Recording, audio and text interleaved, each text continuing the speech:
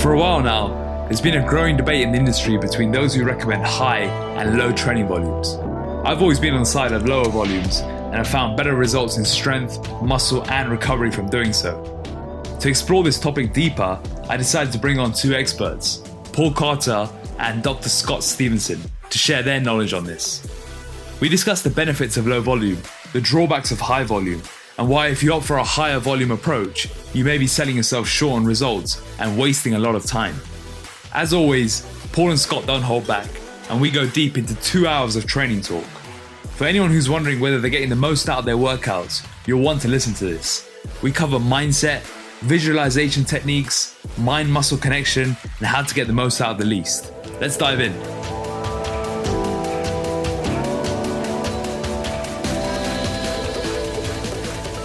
Why don't we start by why don't you define what you mean by low volume?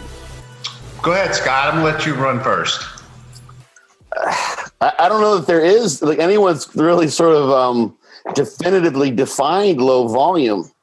That's the interesting thing, because it's kind of like the idea of clean eating. Like, what the hell does that really mean? People have different ideas as what that really constitutes.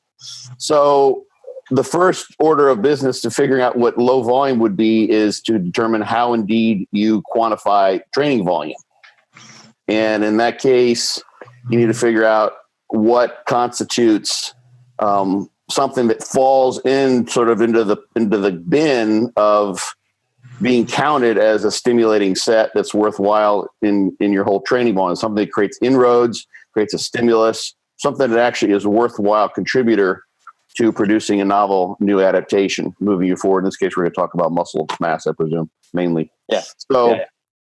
So then the question is, well, I mean, there in some people's minds, some of the sets that have been and approaches that have been used where people have like 3 or 4 or 5 sets, 3 or 4 or 5 reps in reserve. So literally they're subjectively bringing a set to a conclusion when they have the sense that they could do 4 more reps. Some people wouldn't even count that as being a set. And some people, that doesn't even count, because that's just like a warm-up set. Well, I was going to say, it counts as a warm-up set, but outside of that, not for much else. What's the rationale behind doing, say, 3 reps in reserve? Because you do see programs out there which would advocate, say, 3 reps in reserve for 2 weeks, then 2 reps in reserve for 2 weeks, and so on. That's sort of supposed to be kind of a sneaky way, at least in my understanding, a sneaky way of inducing progressive overload. And that you could be using the same load, or you could also be changing the load too. So you've got at least 2 variables going on at one time, but the relative effort or relative difficulty of the sets is going up. So the idea would be, and this is one that I think probably it pertains maybe more to novices and maybe, kind of early on intermediates who are more sensitive to the stimulus, so to speak. Literally, like, you go into the gym and they're going to, as long as they're not a non-responder or a no responder, meaning that some people get stronger, but they don't gain muscle mass. And there can be variability in both of those 2 adaptations to training, that you can get a stimulus out of being 4 reps shy of failure. And when you can start off a training cycle or a mesocycle with 4 reps in reserve in your sets, and then you would be able to progressively create an overload stimulus by basically making the sets harder and subjectively grading the sets such you're going from 4 to 3 to maybe 2 reps in reserve. So that's one way to do that. It also, I think one of the sort of rationales for that is it allows you to, this goes to the volume thing, which is the big piece here, is that it allows you to start off training with a higher amount of volume and not literally destroy yourself, induce too much muscle damage, which is really kind of what predominates if you come off of a layoff to a certain degree, or if you're brand new training, you've got a lot of damage before the repeated bout effect comes into play. So it's the idea that you could go in, let's say someone's totally fresh, just sort of take the example that sort of exemplifies this idea or exaggerates it so it's easier to grasp. And you've got someone who hasn't trained for weeks or months, or maybe even they're brand new, and you want to say, okay, well, we're going to do Although I never do this with the beginner, because I've seen beginners get annihilated just from one set. This has happened before in class, like weight training classes that I've taught with people, where I literally just had them do body weight squats to teach them how to squat, and they're just like annihilated. It's just literally no weight, nothing. They're just squatting down and just like having them sort of manipulate, body positioning for 5 or 10 minutes on and off, and they're just broken. And these are college students, or you would think would be somewhat active. They're just broken down sore. We can talk about that. But so the idea is imagine a person comes in, they haven't been trained, they haven't done anything. And you want to, if you are of the belief that volume is really a very important, or maybe even the most important variable, even the driver of muscle growth, then you could start that person off with maybe 8 sets if you leave 4 reps in reserve, because they're all really easy sets. And then you've launched them into the training program with a higher amount of volume. And people were putting a precedence on volume being so important for growth. And then you could progress by reducing the reps in reserve as you move through the program. So that's the idea. There's some. Is that like having the volume phases and then the intensification phases, where the volume phases use a lot of sets which are sub-maximal, with the idea of knocking off motor units as you go through the sets? Well, that idea, that's sort of a linear periodization model, or the Matviev, I think is the name of the Russian who sort of first is at least it's attributed to, is going from like a volume to strength to power. So that's for someone who's like a strength athlete or a power athlete who literally is looking for performance. In this case, it's kind of like that, but you just keep the volume high. There's not any progression through the linear periodization schemes because you're looking for muscle growth, so you keep the volume high throughout. So the idea is to basically have the volume high because that's your biggest factor for growth, according to the people who support this idea. And one of the issues, I'll just throw this out, and then I'll let Paul interject because I'm sure he's got probably about 5 thoughts he's trying to hold on to after I've been rambling. No, it's okay. You're right on point. Yeah, it is that the estimation of reps in reserve can be way the hell off depending on training experience. So someone who's untrained, and this is not I'm not trying to pick on anyone, but someone who's not been in the gym and who hasn't, for instance, grown up doing a lot of heavy manual labor, or doesn't have an athletic background, who's really kind of an untrained, non-athletic type person, they don't know what it's like to go in the gym, and it doesn't fall within their worldview of experiences to go in the gym and try to push so hard that they really reach muscular failure, where you see they're driving and literally the bar comes to a halt after a very, very slow repetition. That's just not something that people can gauge. So when there are a couple studies now where they've asked people to say, how many reps do you have left? And like, it's the numbers, I can't remember the exact numbers, but it's like they stop when they have, I think, 4 reps in reserve. And when they actually tested them and kind of pushed in the lab, they get 12 reps. Like, they're way off. So the reps in reserve marker of effort is not a very good, it's not as accurate in terms of what you can actually do performance-wise in someone who's untrained and novel. So there's kind of you're using the wrong gauge of effort level in novice individuals if you're relying too heavily on the reps in reserve. So for those late beginners, early intermediates, where they haven't taught themselves that level of intensity to get close to their max lifting, is there a case for going higher volume with them to create more of an adaptation, or would you just focus on making sure that they can learn how to create the intensity? Because we know it doesn't happen overnight. It's very much a learned process. I'll let Paul take that one. That's a good question too. Scott was pretty much spot on. In beginners and even all the way to the intermediate level is simply the neural task of learning the movements is often enough, even with a lot of reps left in reserve. There's the byproduct of learning those neural patterns is muscle growth. So over time, as the body adapts more and more and more and becomes more efficient at performing those patterns, it can say, well, basically, I can handle this workload that you're throwing at me. And volume has consistently, and Scott and I have gone over this a million times, has an inverse U curve associated with it. So it's going to be it's going to be a factor in being one of the drivers for increasing muscle growth. But there comes a point where your body reaches a stage of full adaptation to the amount of volume you're throwing at it.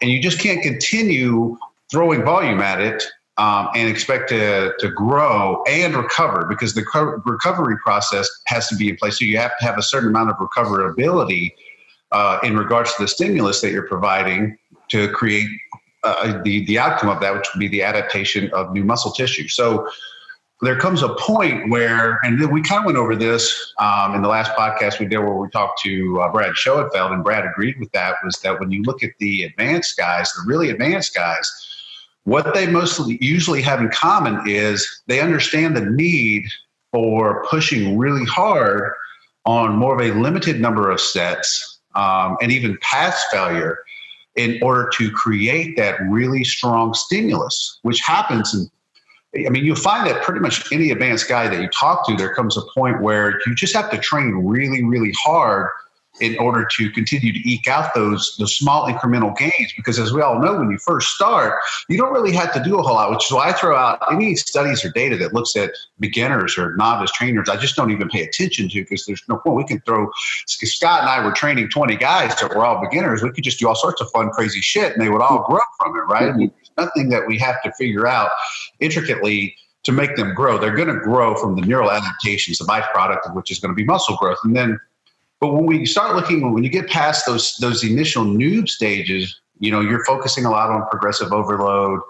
And you're right, it's like cultivating that ability to train and push yourself very hard. So kind of I think the argument that ends up coming in there is like, how hard do you have to learn how to push? And from what I understand, kind of the volume argument side of it is that you're going to get the same amount of stimulus with roughly around 2 reps left in the tank, without creating the more massive inroads to recovery.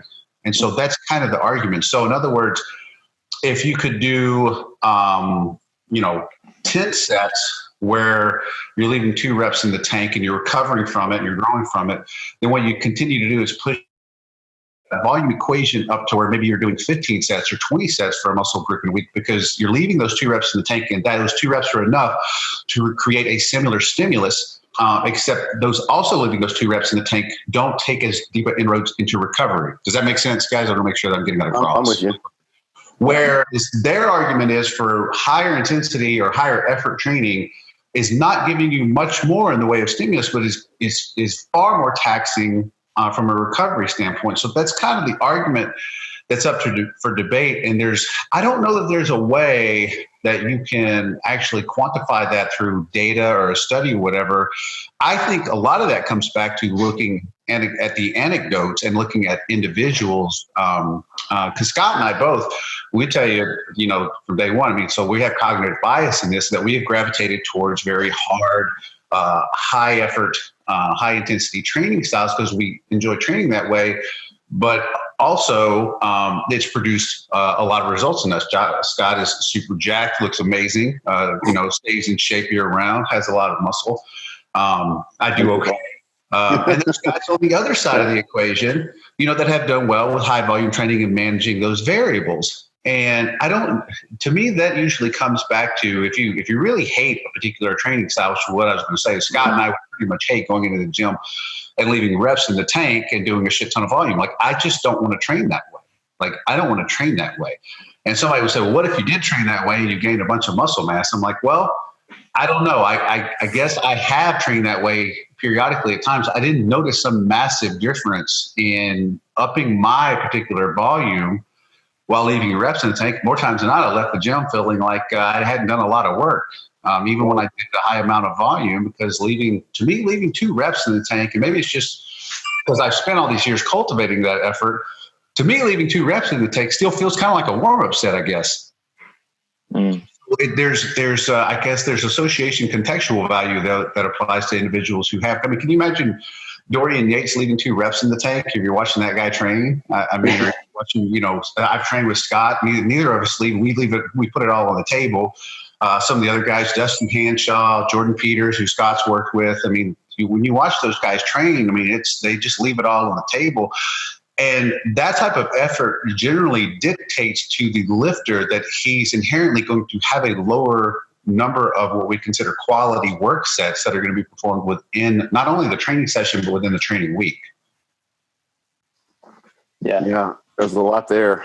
I want to interject kind of a funny story I had. This was when I owned a gym years ago, and the very first trainer we had there, he wanted to start training with me, and I was doing dog crap training where you do a high rep set called a Widowmaker on legs. There's two of the standard DC training. This was a squat Widowmaker. I think we're on a Smith machine. First time he's ever done this. So we made our way through the leg workout. Everything was, he's pushed his way through. He really wants to bring his legs up. Always asking me questions, but it just wasn't one of those guys who was just a natural born animal in the gym. And so we got to the very end. I did my Widowmaker. I fail. I put the bar down on the safety supports, and I kind of crawl out of there, and I stand up and gather myself, and I turned to him and I said, okay, what do you want on the bar? Because he hadn't gotten up. He's just sitting there, and he's like, I don't want to do that. I'm like, okay, Lord, what do you want to do? He's like, no, I just don't want to do that. I'm not doing that. And that was it. Like, he just saw me do that Widowmaker, and that was it. We never trained. He's like, he was not willing to do that in order to get the muscle growth. So that was just sort of, I love that guy. He's so honest and real. And we had so many fun conversations. I don't want to do that. He's just like, it wasn't even like he got up and contemplated. He's like, what the fuck? This is just ridiculous. I'm not doing that. So there's to a certain degree, I think, going back to your sort of original question that sent Paul on that answer, was that there's just going to be some people who they are going to de facto, because of the nature of their personality and what they're willing to do, they're going to leave 2 reps in the tank. Yeah, that's just how it's going to be with them. And I don't think there's. I think one of the things, and I've been guilty of this myself, and I think one of the things that we need to acknowledge and respect with one another as lifters is that there's 1,000,001 ways to skin a cat. And if a guy wants to leave 2 reps in the tank because that's just how he enjoys training, as long as it's producing the results for him, then God bless him. Train that way, get the results that you're after. Just make sure that you're working the gym goes towards helping to manifest and bring those goals to fruition.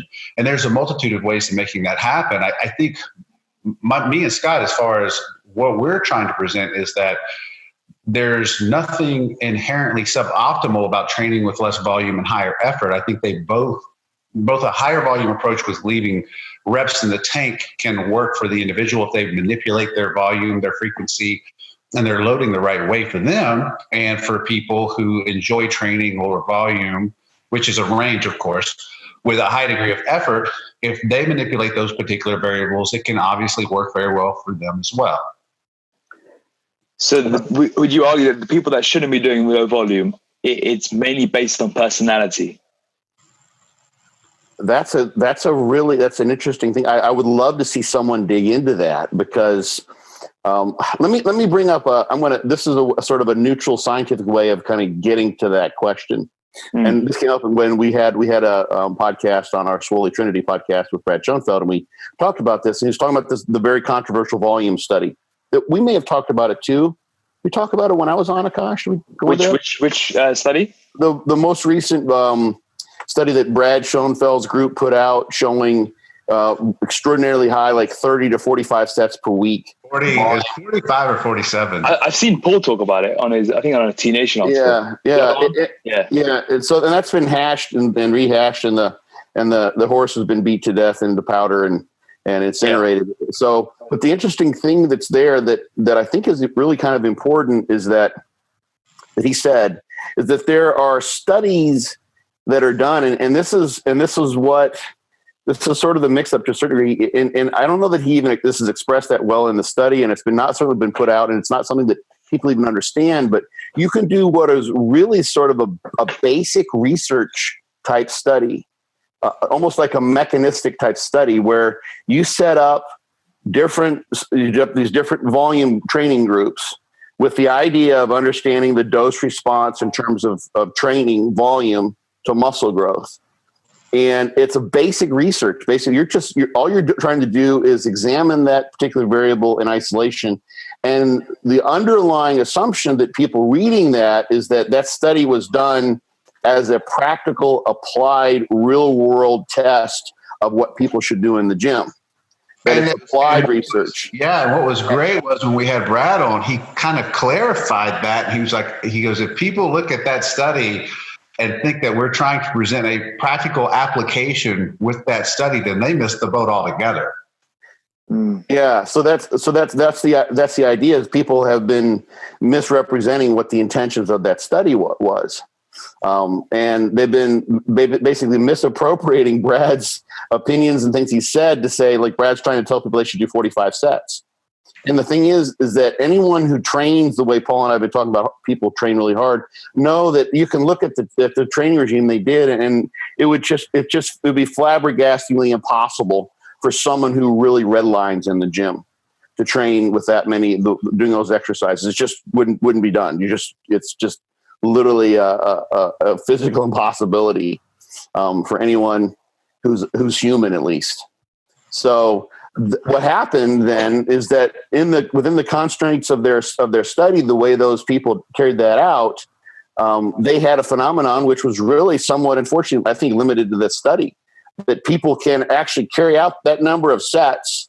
And I would love to see how they did that, how those sets looked, how many reps were really in reserve, because they couldn't have been taken to failure in the way that we're talking about. So that's the thing that I mentioned before on my podcast, maybe our podcast with Brad, is that people need to look at those studies and say, okay, 45 sets taken to failure. Let me see. Could I take 45 sets to failure a week? Maybe in a month. Yeah, maybe in a month, right? Like 1/4 of that it's about right, actually. Right. So, I was actually going to say that's probably about right for a month. Yeah. So like then you just say, well, that doesn't really apply to me. But what can I glean anything from that study? It's like, well, yeah, in their lab, the way they allow, obviously you can tell something, and this isn't meant to pick on Brad or anyone in particular, but if they have groups they can call it true training to failure, they can execute that number of sets, then whatever true failure isn't anywhere close to what I do. And so there, for those individuals, getting back to where we kind of started here, who can do that many sets, they've got to have a lot of reps in reserve, at least relative to what I would do. So if you train with reps in reserve in a way that had to have been going on in that study, then there is a sort of a dose response in terms of volume and muscle growth. And you could get away with high volumes only if you train in a way that you could somehow do those high volumes, which can't be very hard. So there are going to be people who are thinking, well, I trained really hard and I went for it and I did 45 sets in a week. And I think that's probably excessive. There's also the idea of how they count sets too. There's a set counting issue where they count sets, for a chest exercise and a tricep exercise. Triceps gets counted 1-to-1. Like you do a chest training, you do a chest press and they count triceps as a set for triceps in the chest exercise. It's not really. So there's something to say there. You have to look at actually everything that's done in those studies for them to actually apply in a way that makes sense. So yeah, I just want to interject that a lot of these studies are not meant to be taken like right into the gym and used. Yeah, that's not, and I agree with Scott. When he and I have had a ton of sidebar conversations about that, is people who look at read abstracts or post abstracts up or create training modalities or paradigms by just looking at the abstract and never actually bother to dig into the study and look at whether or not it's practical are basically missing the boat. And we see this a lot with guys who I consider very low level, what they can call evidence-based people, is that they read an abstract or literally just the title and just kind of glance over the abstract and say, oh, see, this is how you're supposed to train for maximum results, without even bothering to read whether or not what the researchers were looking at, whether it was something they said, okay, this is going to be practically applied to a person in the gym, or if we're just trying to kind of see the outcome, the measurables there from what we're particularly looking at. So a study isn't always, as Scott was talking about, it's not always something that's being done because the researchers are trying to provide a practical training program. Right. And that is something a lot of people don't think about. It's like, okay, if I go in and I'm having people train and they're squatting, 3 or 4 days a week with this enormous amount of volume, maybe they're just looking at a particular outcome, because they have a hypothesis about what this is going to do. And so then they kind of judge and say, okay, what were the results of that? And that's what they base it off of. It doesn't necessarily mean they're going in and trying to determine, okay, here's a practical training program for people to apply every day in their life. It's not always the case. So I've got two of the thoughts that are sort of common sense things that people don't sometimes think of, because we try to simplify things as much as possible and say, I get the question all the time, like, is this the right number of sets? How many sets should I do? Right. Let me cover, before I get to that, let me cover one thing about taking reps close to failure. Is that you can imagine someone who, let's say they just, for whatever reason, they decide they're going to go with 3 reps in reserve, and they're going to increase their volume over time and try to use that as the way to drive muscle growth. Over the course of time, just by being in the gym and doing more workouts, they're probably going to get better at pushing themselves. It's just going to happen, because until they maybe just decide this is harder they want to go. But if they're going to probably, what they do on week 1 compared to year 1 in terms of literally the amount of effort, you could quantify it with an EMG. You could use some very poor methods to quantify the percent max voluntary contraction or motor unit activation. But they're able to push harder after a year. So that 3 reps in reserve when you start is going to be different in terms of true effort level when you get more advanced. And the research actually supports that. So there's going to be some progression there. But then eventually, at some point in time, years into it, if you're still sticking with 3 reps in reserve and you're doing all the sets you possibly can, where are you going to go from there? You're going to have to start training harder in some way to produce more overload. Yeah, and that's one of my biggest complaints about the whole do more volume with 2 reps left in reserve, which is where your threshold of effort lies, right? So if you consistently, it's like, I'm not going to ever push past effort that is harder than 2 reps in reserve. I'm like, okay, so what happens when you run out of room for volume that you can recover from? There's only one place left to go from there, and that's I have to train harder than 2 reps left in reserve, which means if I don't want to circumvent the recovery process, I have to bring my total volume down.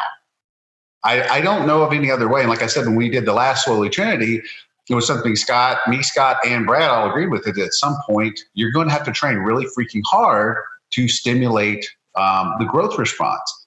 Like I don't know of any other way around that. Scott doesn't know of any other way around that. And even Brad admitted he doesn't really. At some point when you get advanced enough, you're going to have to train really freaking hard. And there's really no way of continuously just avoiding that by saying, I'm going to do more volume. That particular argument makes no sense to me. Yeah. And the studies are only running 6 months at the longest in most cases. Sometimes they've got some studies that run longer, but there's the training studies where you're following people and how the strategies need to change over the course of the first 2 or 3 years, when probably people make most of their good gains, at least the first 10 years for sure. But the average person probably in about 3 years, unless they start doing like really dedicating themselves or kind of tapping out their gains. And there are other thing that's in favor of failure, even though if you look at the research literature and it says 2 reps in reserve or not going to failure is equal to failure, is that failure then it does create a marker of progress, because it eliminates that subjective, how many reps in reserve do I have, for one thing. So it's like, was that really 2 reps in reserve or was it 1? Sometimes you can kind of fool yourself. There's all sorts of things people do. They'll speed up the rep tempo. They'll actually push a set a little bit further and say, I got another rep. It's like, no, you just did another rep. It wasn't like you got another rep and you had 2 left. You just did another rep. But if you literally go to failure, it eliminates those things. And you want to, of course, do this safely with spot and all those sorts of things in place. But if you do have failure sets now and again where you test yourself in some way, shape, or form, and I have this set up in my fortitude training program where I've got actually in the heavy, most progressive, overload-oriented set types, the loading sets, you do like the first 2 sets of a compound exercise with 1 or 2 reps in the tank. And then you take the last one to failure. And obviously you've set it up so that you're not going to crush yourself in doing so and end up pinning under a bar or something like that. But that gives you literally a quantifiable marker of how much have I improved in that regime. So the second thing about going to failure in that way is that if you're always leaving 2 reps in the tank or 3 or whatever it may be, then you're never really getting into that psychological place where you're just pushing your limits, where you can actually get better at pushing yourself. You're never really kind of going for it. You're never really figuring out what you can actually do. And I mean, there's so many anecdotes of people like doing incredible things under enormous personal stress. You know, the mother who lifts the car up when the car is rolled over her baby, or people just doing like incredible things. There's actually some interesting hypnosis literature showing increases in strength. So we've got an untapped reserve that can be put to use. This is for someone who's of the mentality to make this happen, but taking a set really to failure. And anyone who's kind of trained with some friends and then they go and train with someone who just like blows their mind, like, holy shit, that guy trains hard or she trains hard. And a lot of times these are women too. Women can train fucking crazy hard. Usually, especially advanced women a really advanced, focused woman will train a dude under the table. Just kill you. So there's other levels that you don't know exist if you don't step into that territory where you're taking things to what you at least perceive as failure. So there's something to say for failure training. Not you have to do it all the time, but if you can up the ante on what you consider failure, those 2 reps in reserve can be a much greater stimulus than what it was before you figured out what true failure was for you at that point in your evolution as a lifter. One thing you said that was interesting was about just doing another rep. And I think in your Fortitude book, you talked about intra-set rest pauses. You know, when you can just drag on the set like a Widowmaker. But the cluster sets, yeah. Yeah, you know, when you end up just Widowmaker, yeah. Yeah, but when you end up doing a set of 10, but it's really like 6, then like 10 deep breaths, then 3, then 1. Are you when you talk about reps in reserve or general hitting failure, are you talking about continuous sets where you're not taking big rest pauses in between? I think I missed your question. Could you tell me what you mean one more time? Yeah, so you talk about say you do a set of 10, one person does it 1 to 10 and hits failure on 10. The other person gets a 6 and then they take 5 deep breaths and they get to 8. They take another couple of deep breaths to get to 10. And you talk about this in your Fortitude training book, how you should limit that when you're training at this sort of intensity in order to preserve yourself in the long run. Is that something you still advocate? Yeah. So the way I've set that up, so you actually kind of described a Widowmaker, which is exactly. Yeah. Where you literally not put the weight down and like you kind of drive yourself into the ground. Like literally you look at the person, you think if they were married, they're trying to make their wife into a widow. So Widowmaker. That's the idea of where the name comes from.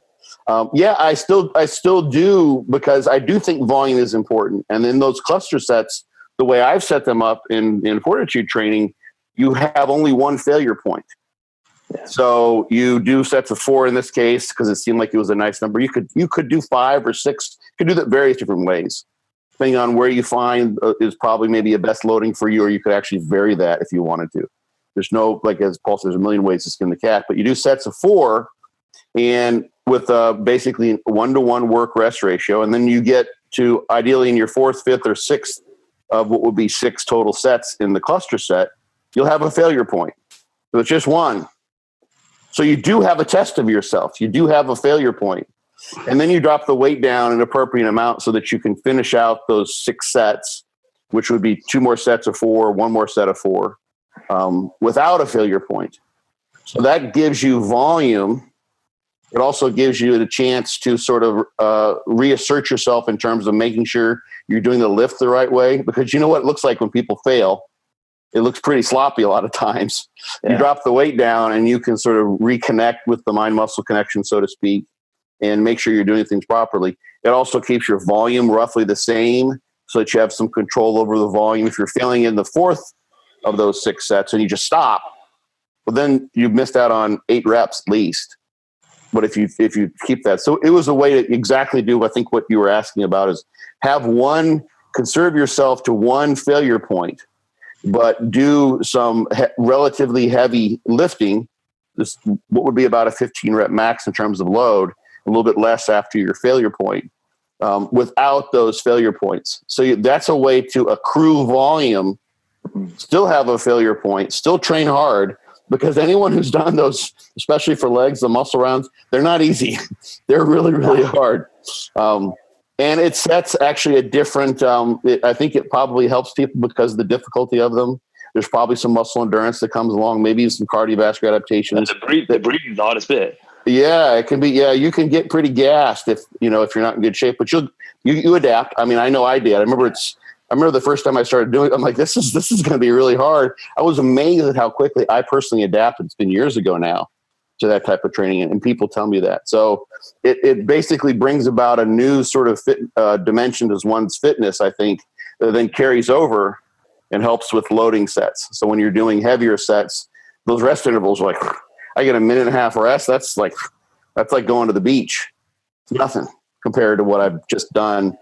But yeah, so I think there's something to say, like those failure points, they have to be limited, because like as Paul said, like that's the one that'll just sort of drive you into the dirt if you try to do too much of it. And you have to reduce your volume if you're taking more and more sets closer to a failure point. Just has to happen. So that's a whole other topic, the relative ability of the muscular system and the nervous system, or the other systems of the body, to adapt. I think the nervous system is not the limiting factor there. It's the nervous system and then the other systems that are associated with it that we have to watch out for. So it's the nervous system that tends to burn out when you do low volume training too often, when you do those sorts of sets too often. Yeah, and that's another variable. It's an interesting thing to. It's very, very difficult to quantify the extent to which, or to differentiate, muscular fatigue and central nervous system fatigue. So I've seen, like I looked at a paper that I'd seen before previously, where they did like 2-second contractions with a second contraction in between, and it was a small muscle group type of contraction. I think it was like a dorsiflexion type of thing. So they're pulling their toe up as hard as they can. And what you can do during contractions like that is try to evaluate the extent to which, if these are maximal efforts, you're truly maximally activating the muscle by superimposing electrical stimulation on top of the contraction. So imagine doing a bicep curl. If you pull as hard as you can, and they've got E-stim electrodes, go for the nerve. In this case, they usually use the tibial nerve for that particular model I mentioned. You zap the muscle, and if all the fibers in the muscle, all the motor units have been activated, and you add E-stim on top of that, there won't be any increment in force, because you've already activated everything that's there. So that would be considered 100% motor unit activation. But the unfortunate thing is, and I've done this in the lab, is that you also, that electrical stimulation propagates both down to the muscle fibers and the opposite way up to the brain. And you can actually interfere with the downward signals from the brain, and you can actually see a decrease in force. So we do this in the lab. We use E-stim, crank up the E-stim, have someone do a knee extension, push as hard as they can, you zap them, and force actually goes down. Well, you do the twisted math, and I would suggest that they were above 100% motor unit activity. It doesn't make any sense. So my point there is that methodology to try to differentiate the limitation of motor or peripheral fatigue and in the brain isn't there. So you can't really go about testing to what extent it's the muscle that's failing during exercise, or like let's say if you wanted to take someone who's training and you start them off on different training regimes, one where they go to failure all the time, another one where they always leave reps in the tank. You follow them week after week, month after month, and try to test when they're training during some specific exercise test. Are they still able to fully activate the muscle? Are they getting central fatigue? Is their central nervous system failing? Well, the only way I know that people have tried to test that is an inherently flawed methodology. So you can't really figure that out directly, at least. But you can sure as hell tell, because you start feeling like crap. You start having trouble sleeping. Your motivation goes. All the signs of overreaching and overtraining eventually come into play. Yeah, I mean, as much as we know about training and the physiological process and all of those kind of things, nobody can actually determine why it's so common. For example, if somebody does a heavy set of deadlifts, a really hard, heavy set of deadlifts, why for the next few days you suffer from workout hangover from that particular lift more than any other. And there's lots of hypotheses about it, but nobody can say factually what the issue is. And that can be debated in a million different ways, but and some people think they know the answer, but we don't have any data that quantifies why that particular phenomenon happens, say with deadlifts that are heavy and taken very close to failure, but it does happen with pretty much everybody. Yeah. I mean, after a powerlifting meet, people will just be trashed. Yeah. Gone for it. Yeah. You're just like, that's it. There's nothing you wanted to do. I know a guy, I talked to a guy who he set a PR on the deadlift, and literally he had to he was in bed. All he did was just a deadlift meet. It was just a pull meet. He was in bed for the next 3 days. It was just like one effort. That was it. It's one reason why I don't do conventional deadlifts anymore. Plus, I still like them, but yeah, they tend to take more than they get back, in my opinion, in a way of good tissue stimulation outside of the glutes and hamstrings. But I mean, don't get me started on the deadlift. I hate that lift, and I can't stand the romanticizing about it that I see all the time online. That's totally different. Yeah. Before a crazy low volume set, you were talking earlier about it takes a certain type of personality. And I've always really liked what Dave Tate talks about, entering the void before like a real crazy set. What do you guys do to psych yourselves up, or do you psych yourself up, or do you just walk up to the bar and go? What are you guys doing to get into the right frame of mind to be able to approach a proper low volume max effort set? For me, I don't really do a lot of psyching up. It's more like an internal thing. Really the most important thing I try to focus on is my setup good? It's a lot of just really technical stuff. Is my setup good? Am I bracing properly, either internally, or am I bracing proper externally? Because your setup before you perform the set is going to determine pretty much how well you're going to execute the rest of the set. So I think a lot about how I'm setting up properly and if everything feels correct. And then, yes, getting focused on the effort. But I learned a long time ago not to do that whole psych up, like I'm about to fight a raging animal. That doesn't work for me. It really doesn't. I just like to get focused and kind of go inwards and be kind of internally focused about the set I'm going to be performing and making sure that my execution is good. When I was powerlifting, I actually learned that from Eddie Cohen. We were at Quads Gym in Chicago, and I just pulled, I think it was 635 for a really fast single off a 4-inch deficit. And then we went to 675, and I paced around getting psyched up for it, and just getting ready, angry and walking around doing that whole stupid shit I see lifters do all the time. And I have a story about that for meets. So we were doing deadlifts off a 4-inch deficit. So I walked up to the bar and it ripped off the floor, came to a complete stop at about knee level and just dropped it. And I was so embarrassed isn't the right word, but just disappointed in myself because it was 635 previously. I just pulled that off the floor like there was no weight on the bar. So 675 should have gone very easy. And the next day, it was a multitude of us doing a teaching workshop over that weekend. And I was talking to Eddie, and I was like, man, I'm so disappointed that I missed that 675. And he looked at me, he said, you should be. And I was like, wow. But Eddie's really blunt and honest and straightforward. He said it was heavy because you thought it was heavy. And he said, the way that you just pulled 635, he said, you should have pulled 675 easy. He goes, but because in your mind, you had to get up for that so much, you made the set more difficult than it was going to be before you even got to the bar. And I kept that with me. What's funny was I remember so many months later, I was at a meet, and I could tell everybody who was going to miss their next attempt by the way they approached the bar or by the way they were acting before that attempt. So when deadlifts rolled around, I remember watching people.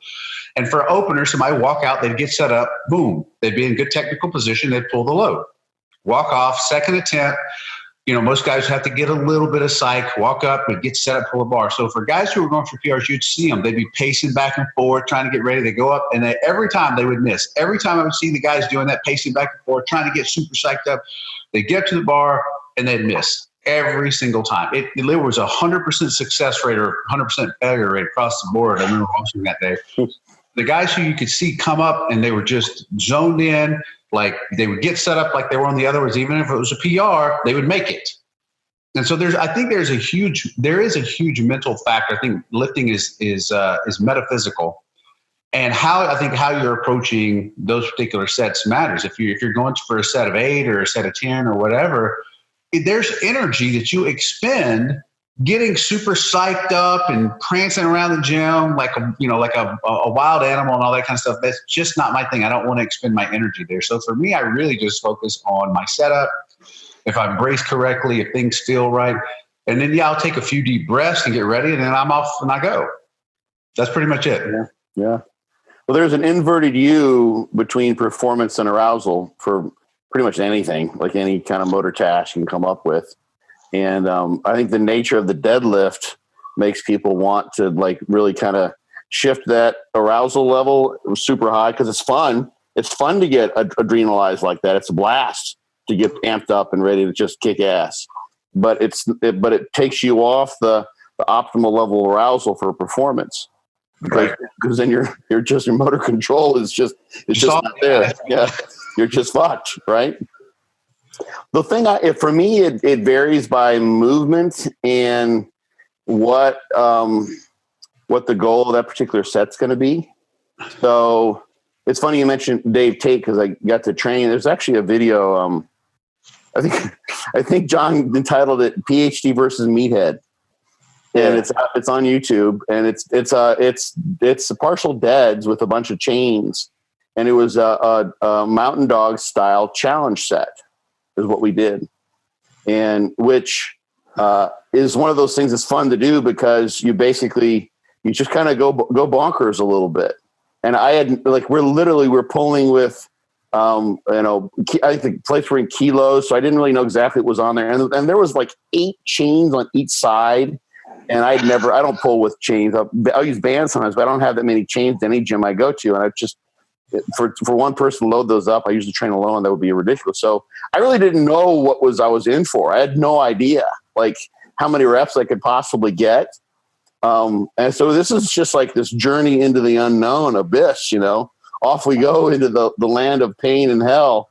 And I think I may have gone first, like, John was having back problems. One of the other guys just didn't want to do it. So it's just me and Dave that did that challenge set. And I said, I think I walked by Dave. I was like, this is really, I was like, I'll see you in hell. And he's like, yeah, we'll have a party or something like that. We exchanged some sort of fun witticisms with one another. And we just went to town and I pulled and I just like kept on going. But what I had visualized in my head for that set was like some extraordinary, I kind of knew we'd done some warm-ups, of course, some extraordinary number. Like I imagine myself getting to that point where the pain and the difficulty was starting to get extraordinary and just like blasting through that. And like in this sort of like, heroic Greek mythical fashion. It's fun. Like that was, because that was a totally unknown thing. And it was light enough that I didn't have to worry about my form. Of course, at the very end, I was worried about my low back, giving out because we're doing deads. But other than that, I could just sort of like ride into that, like this mythical hero, who's picking up, pulling stones from the devil's claws or something.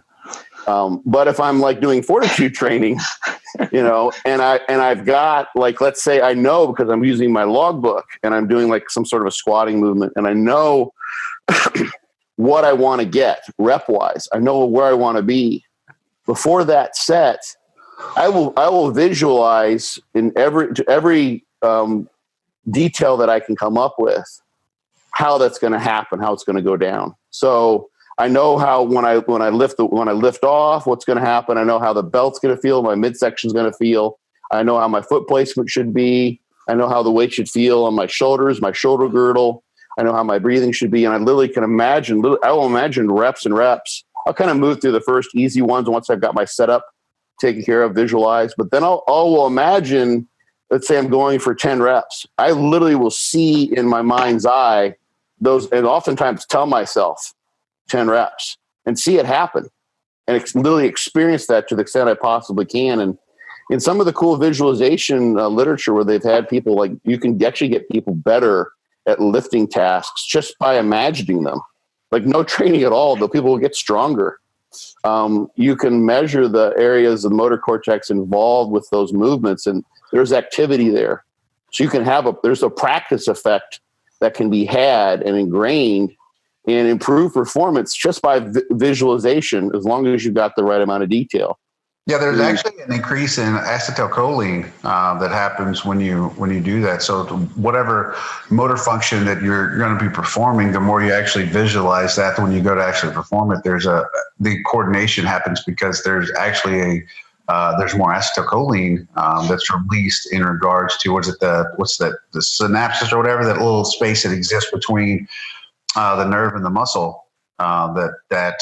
Talking about the neuromuscular junction. Yeah, and so basically, you're better. That's why when people actually think about the muscle they're trying to work, you generally see more activation on EMG, even if you don't change the technique involved with it. And Scott and I, neither one of us are big fans of EMG, but it can have some applications here and there. Yeah, but when I'm in that. Before I haven't finished my like, this is the important part of that visualization, is that when before I've even started that set, I've actually completed it once. It's already happened. So if I would be, and I tend to get pretty amped up in the gym, I like to do that. But when I've done that and seen that happen, that tends to have kind of an anxiolytic effect. It actually brings me back down to center, because I've just seen it happen. But without the fatigue, because I actually haven't done it, I've just visualized it, and now it's actually come to fruition. And now I just have to execute what I've already done. And visualizing internally or externally or both? Both, yeah, both. Everything, I like everything from like how things are feeling on my body, what I'm seeing happen, the counting, like what's like the blurred vision I might get. How am I feeling this in my legs, my quads, my glutes, my low back, like everywhere I can even sense, taste sometimes will even come into play. Sometimes I've got a little blood in my mouth or something like that, whatever it may be, like everything that may happen. I try to make it as realistic as I possibly can, as sort of, as sensory as possible in every domain. So, I've got an article, I think it's on Elite FTS, Dave Tate's site, actually, about this idea of visualization and how it works. And I cover there's a couple different paradigms where people basically throw the same idea out, is that the more ways in which you can conceptualize and see and visualize in terms of all the sensory inputs, the better. So that would be if I have a concrete goal. So there's sometimes it may just be like, shit, I fucked this exercise up last time. I definitely did not have a good mind muscle connection. And it might be like a singular focus on that, because that is the weak link on doing that exercise. I don't have to do anything else. Like, dude, just drive your elbows down so you can get your lower lats, because you've been missing the mark every time you do this exercise. And the last set you did sucked. Just do that. That's it. That's all you have to do, and it'll be a winner. So sometimes it's just that. So it varies depending on what's going on, the exercise conditions. Yeah, there's something to be said for, you need to master your mind muscle connection in order for those one big sets to really count. Yeah, you can get too adrenalized, too aroused, and then you move the weight around, but you didn't really do anything in terms of stimulating the muscle. Paul just put an article out, I think, on T Nation on mind muscle connection. Yeah, and I mean, that all ties back into the whole, what I consider kind of the whole volume equation. And I think a missing piece there that often comes up, and I brought this up in a discussion with a guy the other day, was that the first thing that really needs to happen for a lifter to be, in my opinion, to be kind of getting the results that he wants, is making sure that he's picking the proper movements to be training with in the first freaking place, that fit his structure, and that his mechanics are good enough so that he's actually stimulating the tissue that he's trying to stimulate in training. So one of the things that I think that happens very often is because a lot of guys don't do that. They don't perform movements properly, and they're not picking movements that fit their structure, is that they're not getting the results in certain musculature that they want. So their key is, well, I need to do more volume and more volume. And I actually have two very good anecdotes that have the same problem with this. One guy was a really high level competitor that I know that used to live here locally, and he couldn't develop his lats, and he had really no lat development, or very poor lat development. And he was always posting up his back training videos, but it was all movements that train the upper back. So he's doing pull downs in a way that basically stimulate the tissue of the upper back. So you're looking at teres major and the rhomboids and mid traps and all that kind of stuff. And the way he was doing all his rows, and he was always complaining, got to get these lats up, But he was never actually doing movements that really target the lats, and he wasn't performing any of the movements in a way that were going to target the lats. So what happens is with a lot of these guys, I think, is that they do more and more and more and more work. And then there's some growth, right? Because eventually, there's going to be some stimulation with this just because of the enormous amount of workload that's being performed. And they're like, aha, see, the volume is what I've been missing, as all this extra volume. I'm like, no, dumbass, it's because you train like shit. And, you're not stimulating the actual tissues that you think you're stimulating. So you take another guy, this is a guy Scott and I both know. I don't know if call him out on there. He's a good guy, but his legs were always way behind. As I talk about this with Scott, I didn't figure out who it is, but his legs always suck when he's training this powerlifting gym. And he was squatting. I kept telling him, dude, why are you squatting? I can look at you and your structure and tell you are just not built for squatting. Well, he was doing all these squats because why? Because you go on anywhere on the net and you read about developing legs, you're going to have all these guys that really don't have any idea about proper training that are going to say, well, you got to squat, you got to squat, you got to squat. Well, if you're actually after quad development, squats are not for everybody. There's nothing magical about squatting if you don't have good leverages for squatting. And something like a leg press or a hack squat or any other variation or potential squat machine might be way better for your particular leverages in your structure, and might be able to stimulate the actual tissues of the quad way better than a squat. Well, this guy was squatting. And then when I kept telling him, I was like, dude, you don't need the squat. Like, I can literally look at your body and tell you're not built for squatting. Finally, I guess the coach he was working with just made him give up squatting, and he went to leg presses and hack squats. And over the last year, his legs grew. Wow. Like, what a revelation. So he'd been putting in all this work with really minimal results because he wasn't picking good movements based on his structure. And he couldn't execute those movements very well to actually target the muscular tissue that he wanted to target.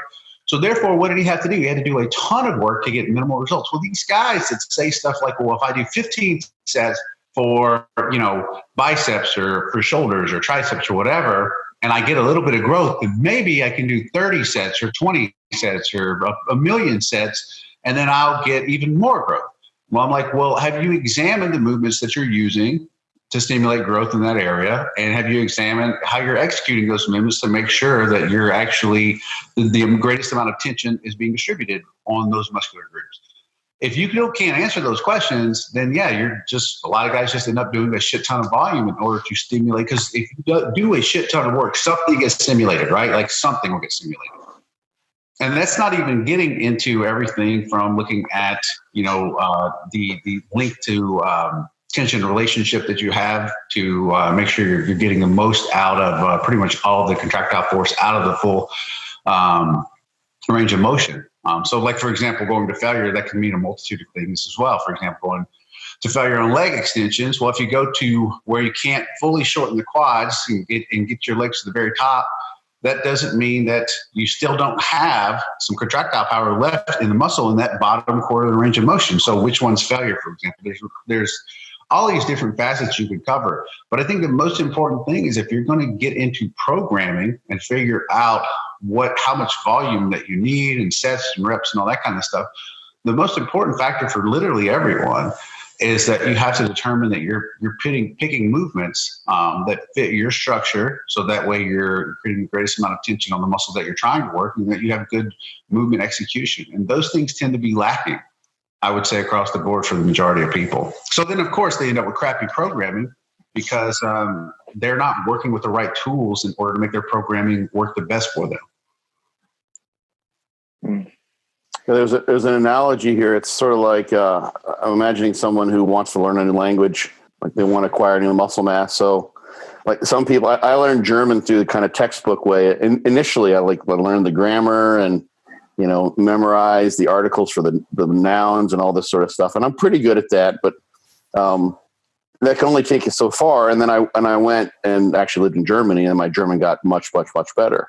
I actually watched a lot of TV and listened to a lot of I was always watching TV, way too much fucking Baywatch, because they love David Hasselhoff in Germany. And so if you're finding, for instance, that reading German is not a good way, or reading a foreign language is not a good way for you to acquire a foreign language, you don't just keep doing more of what doesn't work. And a lot of times people they're like, why would you just keep doing that? So the reason why people have, to some degree, I believe, a strong or weak muscle groups, you can see it in just the way they perform these movements, is that, aside from biomechanical concerns, the activation neurologically, they just aren't well suited, and they haven't figured out how to make those movements work for them, or the movements just aren't going to work for them. And so here's where the kind of conundrum comes in. Why you're really kind of shooting yourself in the foot is you've picked a movement that doesn't do a good job, let's say, of activating the low lats, and you have a neurological inclination to do that movement in a way that doesn't activate the low lats. What do you think happens when you start adding volume and fatigue during the workout? You start falling back on what your neurological propensities are, and you start relying on the muscles that you're used to relying on. And you'll see this all the time, like people with big traps, and they're starting to do bent over rows, and the traps they just grow from everything. It's because they're always using their traps for stuff. So their bent over rows they degrade into shrugs when they get tired. So that's a good example. I see that shit online all the time, where guys do really sloppy ass rows, and they don't know how to engage or perform the movement in a way that really makes the tissues of their upper back work, where they're trying to target the mid traps, they're trying to target the rhomboids and those kind of things. And they end up turning into a shrug because they've become so, for example, so upper, like the trap dominant. We've all seen those shitty shrugs or shitty rows online where people are basically standing straight up, and there's not much musculature of the upper back working other than the upper traps. So whether their upper back doesn't get thicker overall, it's guys like, well, you're not working it, and your movement execution is going back to being predominant in the area that you've already developed and are strong in. Yeah, and there are predictable ways that people will start to kind of cheat as they get tired on certain exercises. For most people, like most people start doing squats and they want to use their low back more, so they start just bending over, just kind of doing kipping at the hip as opposed to going down. But take someone like Tom Platz, the guy who probably people point to more than anyone as being the one who got big legs from squatting. He was up and down, squatting like an Ole limper.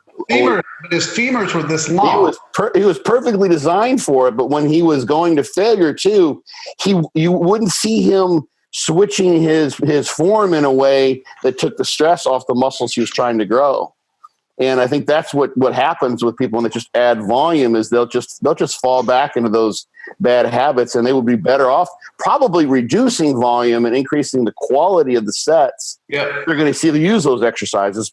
Probably a good idea to choose the right exercises first and foremost. But if you've got good exercises and you're just got a shitty mind muscle connection, then work on the quality of those sets and maybe bring your volume down. Or employ other things like pre-fatigue to make sure you got some feedback from the fatigued muscle and that it becomes the weak link. Various ways you can work on the mind-muscle connection. But yeah, volume can be actually the worst thing. Then you start ingraining poor exercise form and getting. It's like, now let me make sure that these really shitty motor patterns are cemented. Even worse, right? Now I can't. Now I'm going to have trouble getting away from that. Right. Yeah. And that'll happen over years. So like, I would imagine too, like with the person you're talking about who was doing all that squatting, he was and he's in a powerlifting gym. He's like trying to get stronger on the squat, and he's got a big glutes and a strong low back, and can get really good at doing a sort of a power lifter as opposed to an Olympic lifter type of squat.